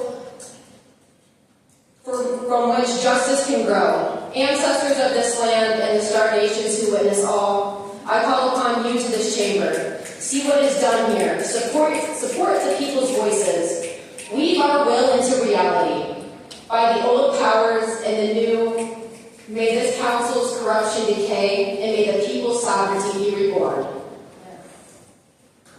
That is my speech. Thank you. Our last speaker tonight is Renee. You come to the podium, give your name, you'll have 3 minutes. My name is Shimon Russell. I live at 1423 Homer Avenue, which is with a friend, because CPS took my home away right along with CAMP and the whole system. They violated all my constitutional rights from the First Amendment to the 14th Amendment. Your officers here are terrible what they're doing.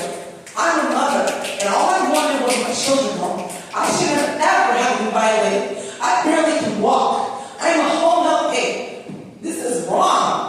They have done so much fraud to my case. I do not have an F4. I've never been in prison. This needs to change.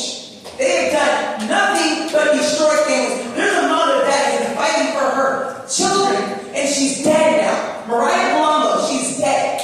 All she wanted was children. CPS is going to take everything from everyone. How are we supposed to feel? Sit here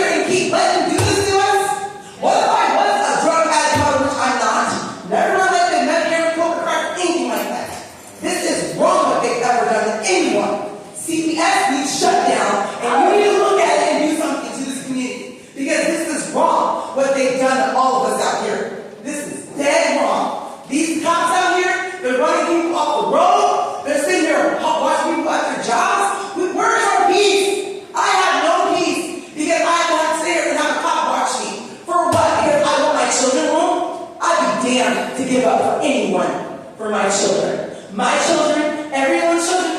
Who's here fighting CPS? Stand up. Stand up. You see this?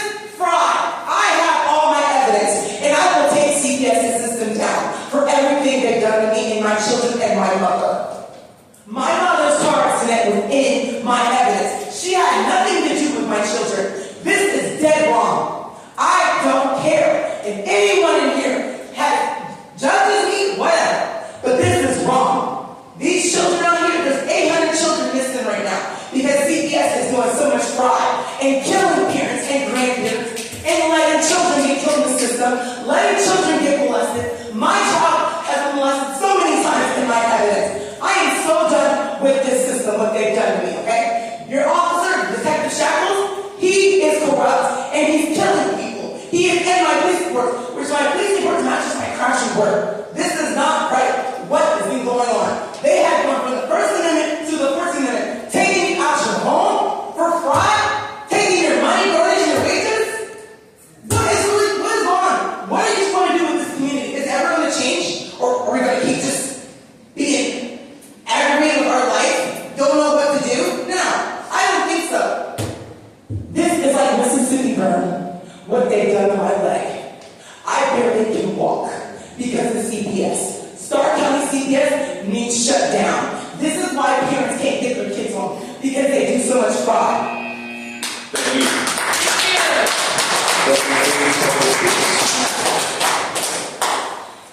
We're on to informal resolutions.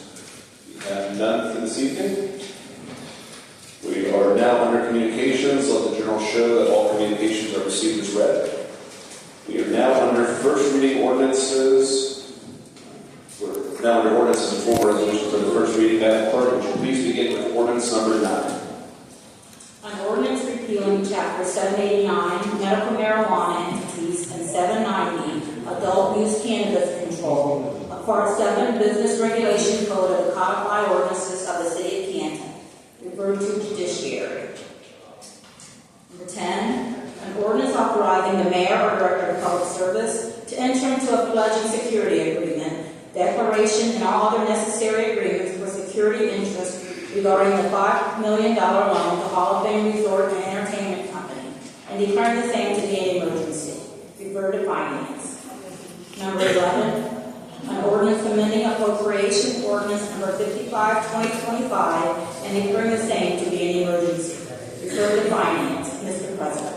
At this time, the chair will call and declare in-house recess for the Finance Committee to meet in regards to ordinances 10 and 11. We are now in recess. Mr. President, Finance is called to order. It's now 8:21 p.m. First item is number 10 on the agenda. This is an ordinance authorizing the mayor and director of public service to enter into a pledge and security agreement, declaration, and all other necessary agreements for the security interest regarding the $5 million loan to the Hall of Fame Resort and Entertainment Company, and declaring the same to be an emergency. Mr. Chairman, members of council, as previously discussed in the presentation, we are asking for council support for the passage pledge security agreement declaration. It's in connection with the repayment of the city's $5 million loan to the Hall of Fame Resort, and specifically the water park. That 1% resort fee shall be subject to a security interest if council approves, filed by Canton, in the event that the Hall of Fame Village would be default on their loan on that $5 million. It is also important to note that this pledge would run with whoever owns the land. So even if they would file default, even if they would sell the water park, that pledge would still be there. And we're asking for council's consideration of that. Questions or concerns?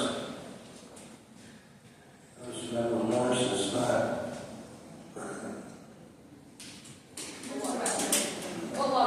Okay. I'll say anything, we will sign that out. Next item is number 11. This is an ordinance amending appropriation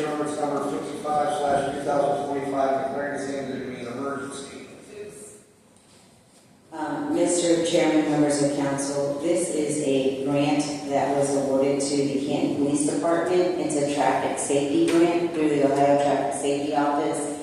They are for impaired driving. That one is for $28,635.99. And then there's another one dedicated to selective traffic enforcement, which is for $30,135.99 for a total of $58,771.98. And my reason for asking for this on first reading is that the grant actually goes into effect October 1st. Thank you. Any questions or concerns? Hearing none, we will sign that out. Finance will adjourn. It's now 8:23 p.m.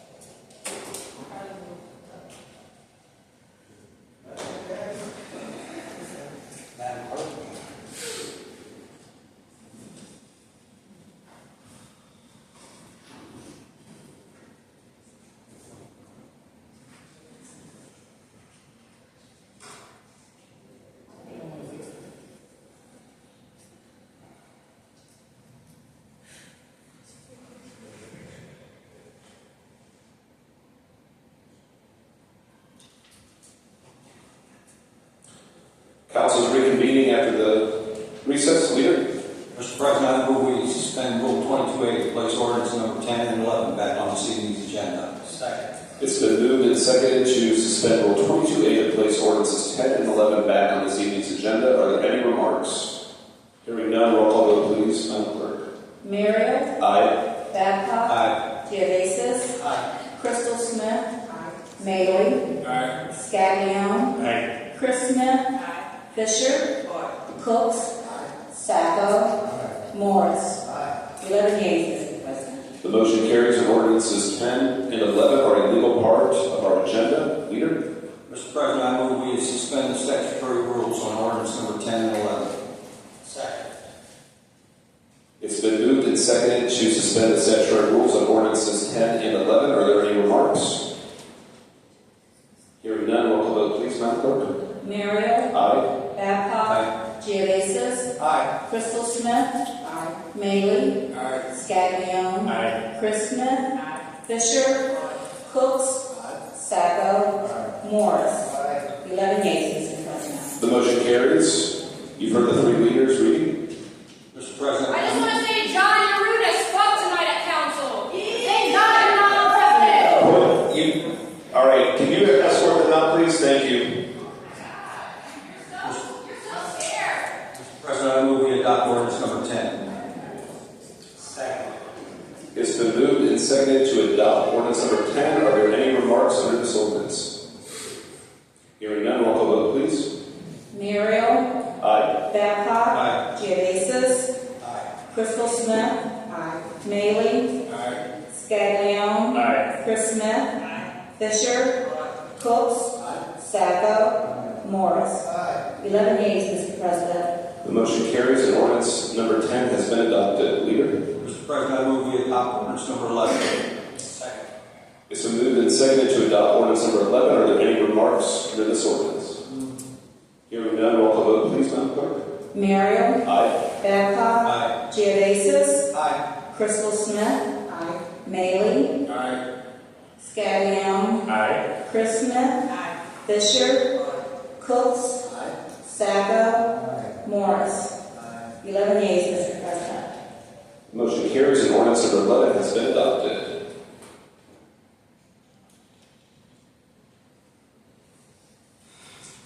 We are now under ordinances and formal resolutions for their second reading. Madam Clerk, would you please begin with ordinance number 12? I An ordinance amending ordinance number 5577 as amended, known as the City of Canton zoning ordinance, and declaring the same to be an emergency.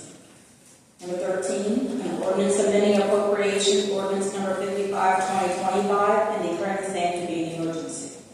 Number 14, an ordinance authorizing the mayor or director of public service to enter into professional services contract with OHM Advisors for the SS4A Safety Action Plan, GP 1426, and to enter into all contracts necessary to facilitate the project, authorizing the auditor to pay all more obligations for related contract change orders that are otherwise approved by the Board of Control, pursuant to Canton Codified Ordinance 105.14.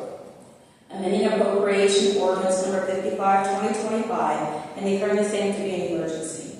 Number 15, an ordinance authorizing the mayor or director of public service to enter into contract change order number 2 with Bear Power and Communication in an estimated amount of $14,371.90 for the city, county fiber network project. Enter into any contracts necessary with the Board of Stark County Commissioners for their portion of the project.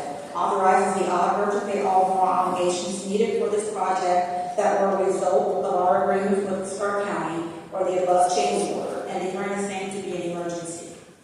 Number 16, an ordinance authorizing the mayor or director of public safety to enter into contracts necessary with Bertolini Trucking to respond to the demolition of 820 High Avenue Northwest in an amount not to exceed $34,200, and declaring the same to be an emergency.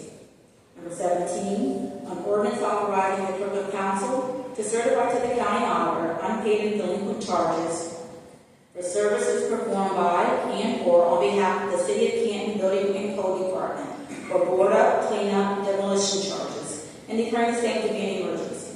Number 18, an ordinance authorizing the law director to raise Attorney Kate Lukosevich's salary from $66,414 to $75,000, and Elise Hamilton's salary from $76,414 to $80,234, retroactive to September 6, 2025, and declaring the same to be an emergency. Mr. President. Leader Babcock. Mr. President, I move we suspend the statutory rules on ordinance number 16 through 18. Second. It's been moved and seconded to suspend the statutory rules on ordinances 16 through 18. Are there any remarks?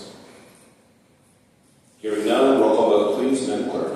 Mario. Aye. Babcock. Aye. Geovasis. Aye. Crystal Smith. Aye. Maley. Aye. Scaglione. Aye. Chris Smith. Aye. Fisher. Cooks. Sacco. Morris. 11 yeas, Mr. President. The motion carries. You've heard the 3 readings. Leader. Mr. President, I move we adopt ordinance number 16. It's been moved and seconded to adopt ordinance number 16. Are there any remarks? Hearing none, roll call vote please, Madam Clerk. Mario. Aye. Babcock. Aye. Geovasis. Aye. Crystal Smith. Aye. Maley. Aye. Scaglione. Aye. Chris Smith. Aye. Fisher. Cooks. Sacco. Morris.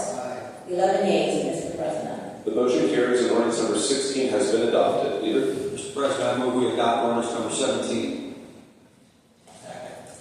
It's been moved and seconded to adopt ordinance number 17. Are there any remarks? Hearing none, roll call vote please, Madam Clerk. Mario. Aye. Babcock. Aye. Geovasis.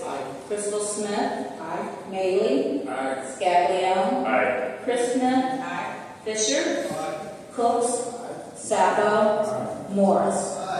11 yeas, Mr. President.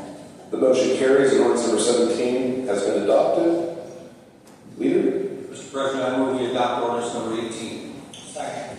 It's been moved and seconded to adopt ordinance number 18. Are there any remarks? Hearing none, roll call vote please, Madam Clerk. Mario. Aye. Babcock. Aye. Geovasis.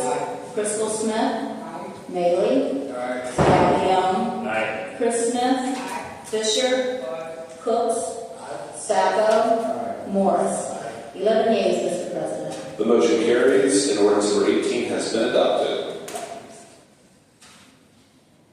We are now under ordinances and formal resolutions for their 3rd, final reading and vote.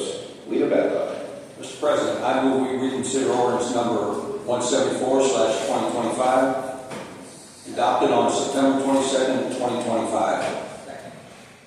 It's been moved and seconded to reconsider ordinance number 174/2025 adopted on September 22nd, 2025. Are there any remarks? Hearing none, roll call vote, please, Madam Clerk. Merrill, Aye. Babcock, Aye. Gevasis, Crystal Smith, Maley, Scaglione, Chris Smith, Fisher, Cooks, Sabo, Morris. 11 yeas, Mr. President. The motion carries. Leader. Mr. President, I move we amend ordinance number 174/2025 for the copy before each council member. Second. It's been moved and seconded to amend ordinance 174/2025 per the copy before each of you. Are there any remarks? Hearing none, by voice vote, all those in favor signify by saying aye. Aye. Those opposed, no. The ayes have it. Leader.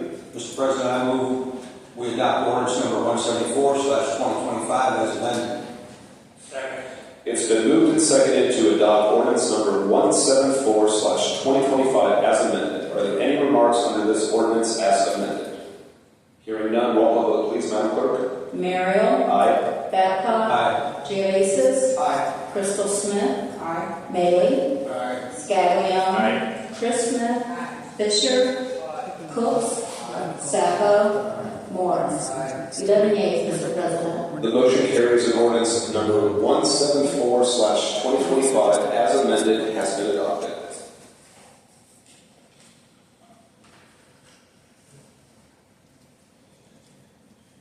Number 20, an ordinance authorizing Canton to annex a territory known as the Whipple Avenue Southwest, number 1, 2024 annexation area, containing approximately 1.634 acres, more or less, assigning said territory to Ward 3 of the city, zoning said territory as B6 Shopping Center District and R1A Single Family Residential District, and declaring the same to be an emergency. Mr. President. Leader Babcock. Mr. President, I move we adopt ordinance number 24. No. 20, I'm sorry. Second. It's been moved and seconded to adopt ordinance number 20. Are there any remarks? Hearing none, roll call vote, please, Madam Clerk. Merrill, Aye. Babcock, Aye. Gevasis, Crystal Smith, Maley, Scaglione, Chris Smith, Fisher, Cooks, Sabo, Morris. That's 11 yeas, Mr. President. Motion carries and ordinance number 20 is adopted. Ordinance number 21, please. An ordinance authorizing Canton to annex a territory known as the Whipple Avenue Southwest, number 2, 2024 annexation area, containing approximately .0172 acres, more or less, assigning said territory to Ward 3 of the city, zoning said territory as R1A Single Family Residential District, and declaring the same to be an emergency, Mr. President. Leader Babcock. Mr. President, I move we adopt ordinance number 21. Second. It's been moved and seconded to adopt ordinance number 21. Are there any remarks? Hearing none, roll call vote, please, Madam Clerk. Merrill, Aye. Babcock, Aye. Gevasis, Crystal Smith, Maley, Scaglione, Chris Smith, Fisher, Cooks, Sabo, Morris. 11 yeas, Mr. President. Motion carries and ordinance number 21 is adopted. Ordinance number 22, please. An ordinance amending appropriation ordinance number 55/2025 and declaring the same to be an emergency. Leader Babcock. Mr. President, I move we adopt ordinance number 22. Second. It's been moved and seconded to adopt ordinance number 22. Are there any remarks? Hearing none, roll call vote, please, Madam Clerk. Merrill, Aye. Babcock, Aye. Gevasis, Crystal Smith, Maley, Scaglione, Chris Smith, Fisher, Cooks, Sabo, Morris. 11 yeas, Mr. President. Motion carries and ordinance number 22 is adopted. Ordinance number 23, please. An ordinance authorizing the mayor or director of public service to advertise, receive bids, award, and enter into contract for the sale of city-owned real property no longer needed for municipal purposes, located at Stark County Outer Parcel Number 285-773, and declaring the same to be an emergency. Leader Babcock. Mr. President, I move we adopt ordinance number 23. Second. It's been moved and seconded to adopt ordinance number 23. Are there any remarks? Hearing none, roll call vote, please, Madam Clerk. Merrill? Aye. Babcock? Geovasis?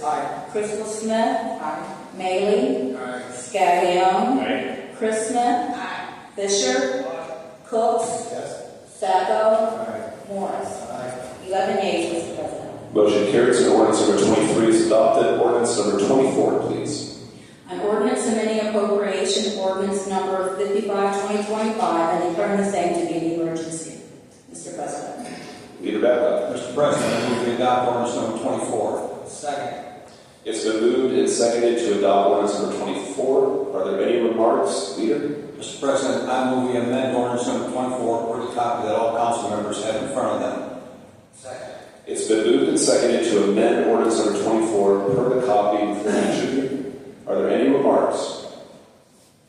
Hearing none by voice vote, all those in favor signify by saying aye. Aye. Those opposed, no.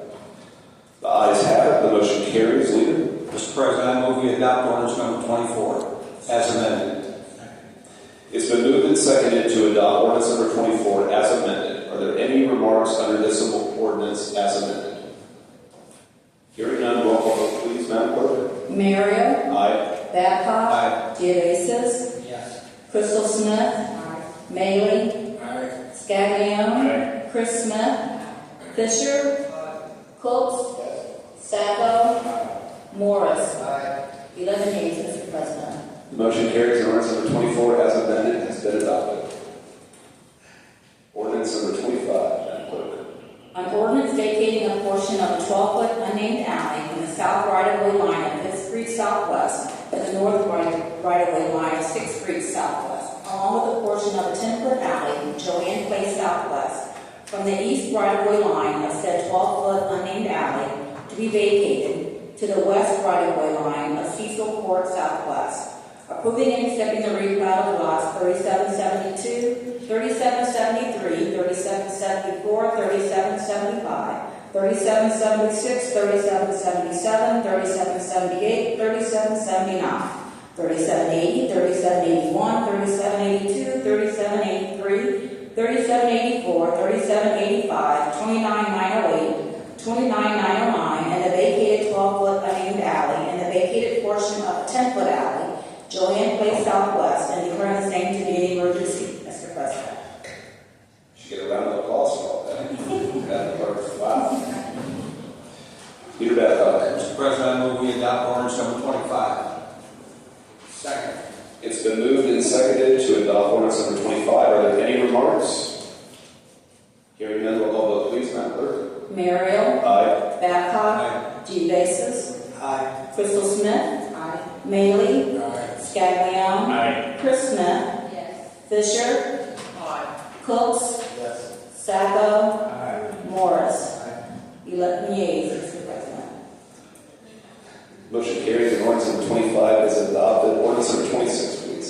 An ordinance authorizing the mayor or director of public safety to enter into any contracts necessary with Liberty Demolition and Salvage to respond to the demolition base removal of 1201, 1203 East Tuscarora Street in an amount not to exceed $57,700 and declaring the same to be an emergency.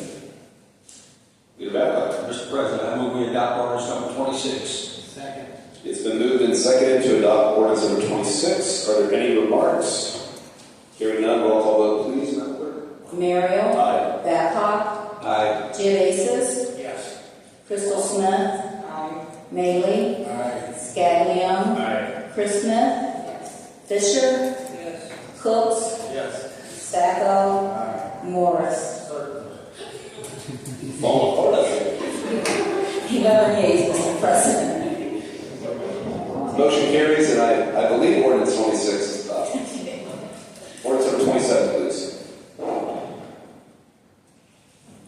An ordinance authorizing the Director of Public Service to hire an additional construction manager within the engineering department until the retirement of the current construction manager for training purposes, and declaring the same to be an emergency, Mr. President. Leader Babcock. Madam President, Mr. President, I move we adopt ordinance number 27. Second. It's been moved and seconded to adopt ordinance number 27. Are there any remarks? Hearing none, roll call vote, please, Madam Clerk. Merrill, Aye. Babcock, Geovasis, Yes. Crystal Smith, Maley, Scaglione, Chris Smith, Fisher, Cooks, Yes. Sacco, Morris. 11 yeas, Mr. President. Motion carries and ordinance number 27 is adopted. Ordinance number 28, please. An ordinance amending ordinance number 262, 2015, as supplemented and amended by ordinance numbers 145, 2017, and 140, 2021, to extend the tax increment financing exemptions granted for the parcels thereunder for an additional 30 years pursuant to Ohio Revised Code Section 5709.51, and authorizing additional instruments, agreements, certificates, and other documents deemed necessary in connection therewith, all contingent upon a personal guarantee from Stuart Lichtner or a corporate guarantee from Industrial Realty Group, IRG, and declaring the same to be an emergency. Leader Babcock. Mr. President, I move we adopt ordinance number 28. Second. It's been moved and seconded to adopt ordinance number 28. Are there any remarks? Mr. President, I move we amend ordinance number 28 for the copy that all council members have in front of them. Second. It's been moved and seconded to amend ordinance number 28 with a copy before each of you. Are there any remarks? Hearing none, by voice vote, all those in favor signify by saying aye. Aye. Those opposed, no. The ayes have it. Motion carries. Leader. Mr. President, I move we adopt ordinance number 28. Second. As amended. As amended, I'm sorry. It's been moved and seconded to adopt ordinance number 28 as amended. Are there any remarks under this ordinance as amended? Mr. President. Member Morris. All right. So, project started out at $117 million to add the water park. So in 2015, we coughed up a tip. Since 2017, there have been 31 liens filed against this property by contractors. Okay? This is by far the shadiest organization we've ever dealt with. Okay? Michael Crawford walked in here and told us, we've got the money to finish the water park.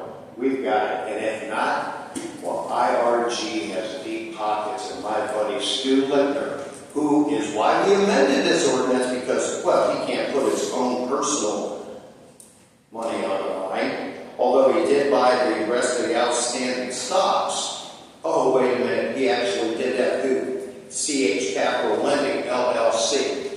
Okay, the park is going to go bankrupt. No ifs, ands, or buts. Okay, this is another shakedown. This will make the third pace, the second TIF. We got hosed on the TDE. And my favorite saying, best comment that I got from anybody on this entire thing, we are trying to extract concessions from errors from the past. Because we screwed the pooch. And as I told our leader, I don't take pleasure in being right, but I didn't trust these son of bitches from day one, and we've got nothing but screwed. And you've got players in here, you've got Stu Littner, you've got contractors, you've got the city on the hook, you've got the state that's coughed up money, you've got the county. Millions after millions after millions. S.A. Communell filed a lien, Hem Group filed a lien, Welty, Newman Pools, Hersher and Clark. We said create jobs with this. Hersher and Clark is one of our bigger employers. Create jobs. This is going to be the best thing in the community. We did such a great job of blowing smoke up everybody's ass that our own constituents bought stock in this and lost. You know what? I said, hell with them, let them go bankrupt. Thank you, Member Morris. Mr. President? Yes, Member Geovasis. I don't necessarily disagree with Member Morris. But again, there are members on this council that weren't here when this happened. If they go bankrupt, we're screwed. We pass this, we can end up still getting screwed. First of all, I want to make by no means is the Hall of Fame Village associated with, in any way or manner, with the Pro Football Hall of Fame. They're two entities, separate entities. I don't disagree. I do not agree with the way that Michael Crawford and his crew operated that business. If you ask me, I think they blooded till the turnip was dry, and when the turnip dried, he jumped with a golden parachute and left. But again, what do? We turn our backs on this, and for sure we lose the $8.5 million? Or do we take another shot in the dark and hopefully be able to recoup something?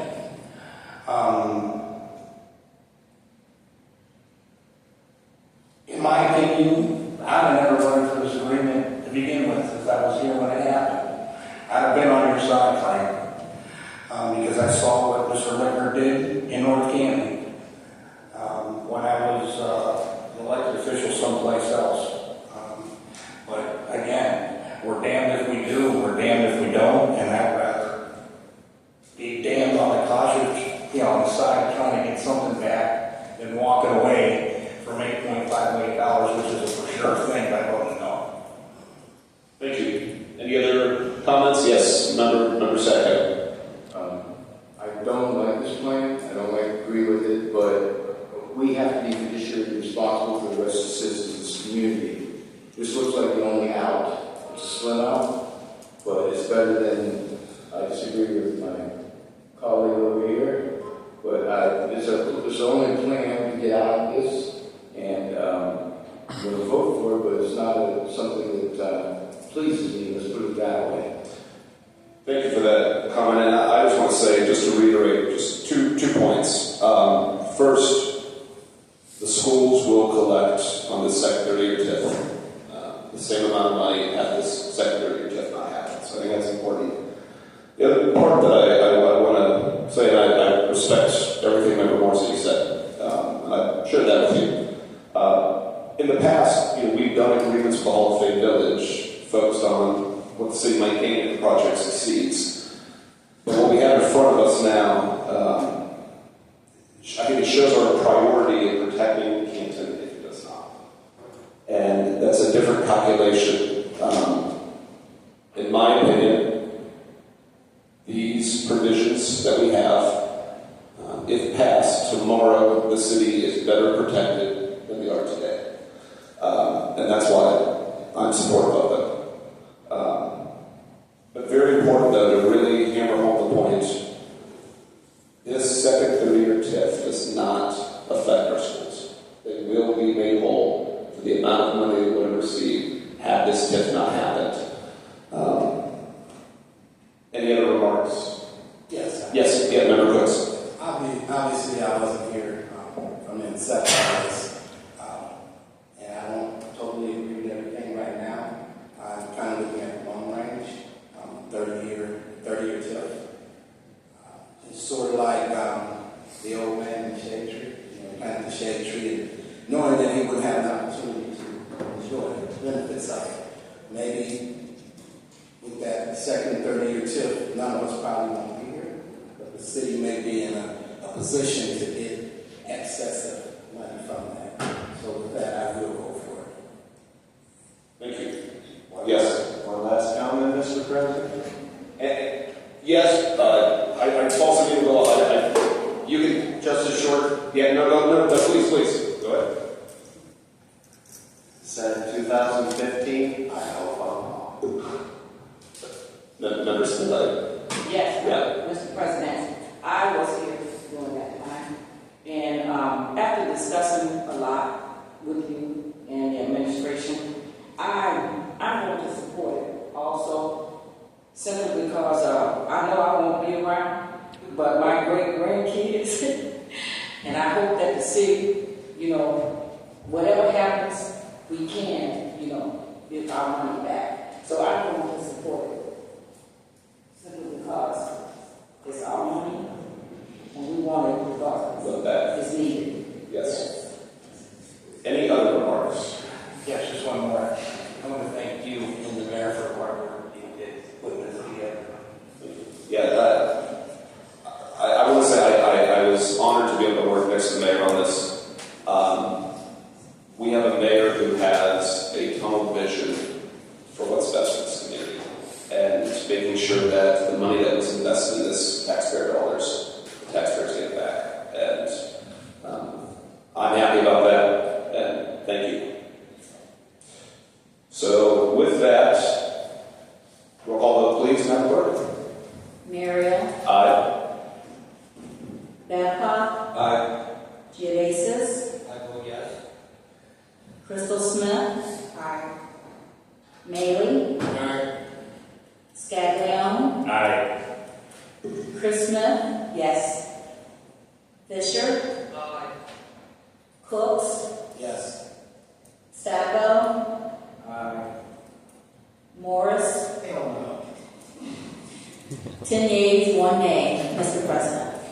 Is that just a name? Well, it's a hell of a Yeah. The motion carries and ordinance number 28 as amended has been adopted. Madam Clerk, ordinance number 29, please.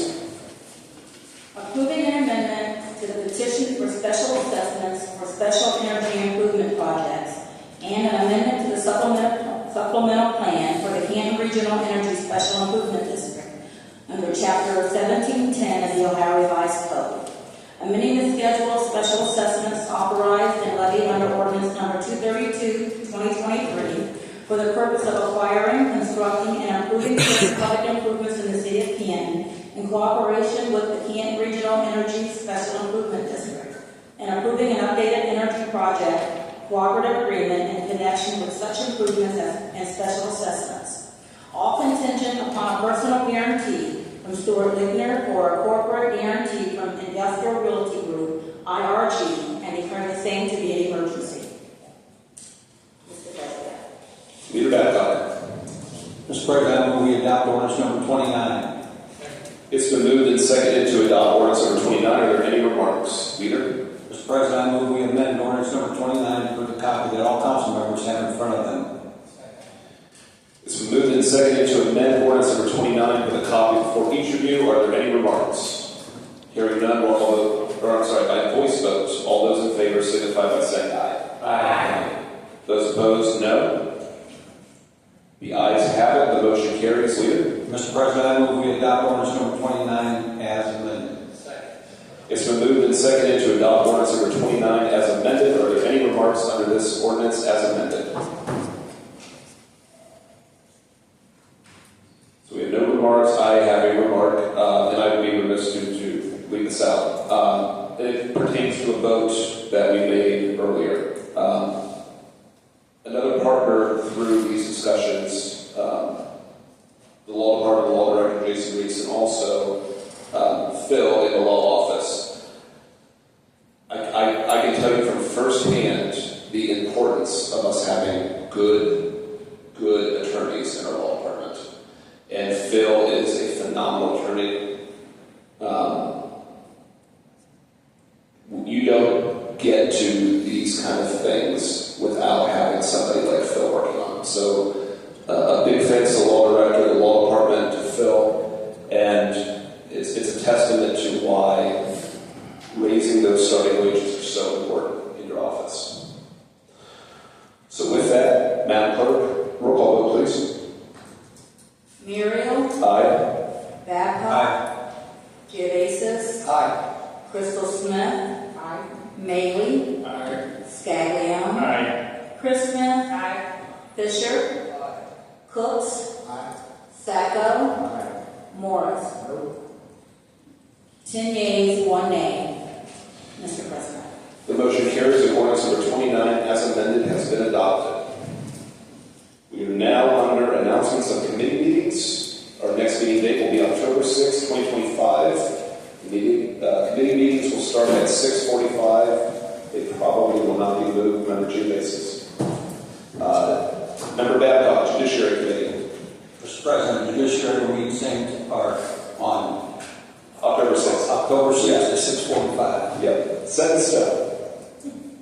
Yeah, thanks. We're now under city announcements. Mayor Schiff, are there any city announcements? One quick thing, I just want to remind everybody about we've got 2 truck or treats coming up. Truck or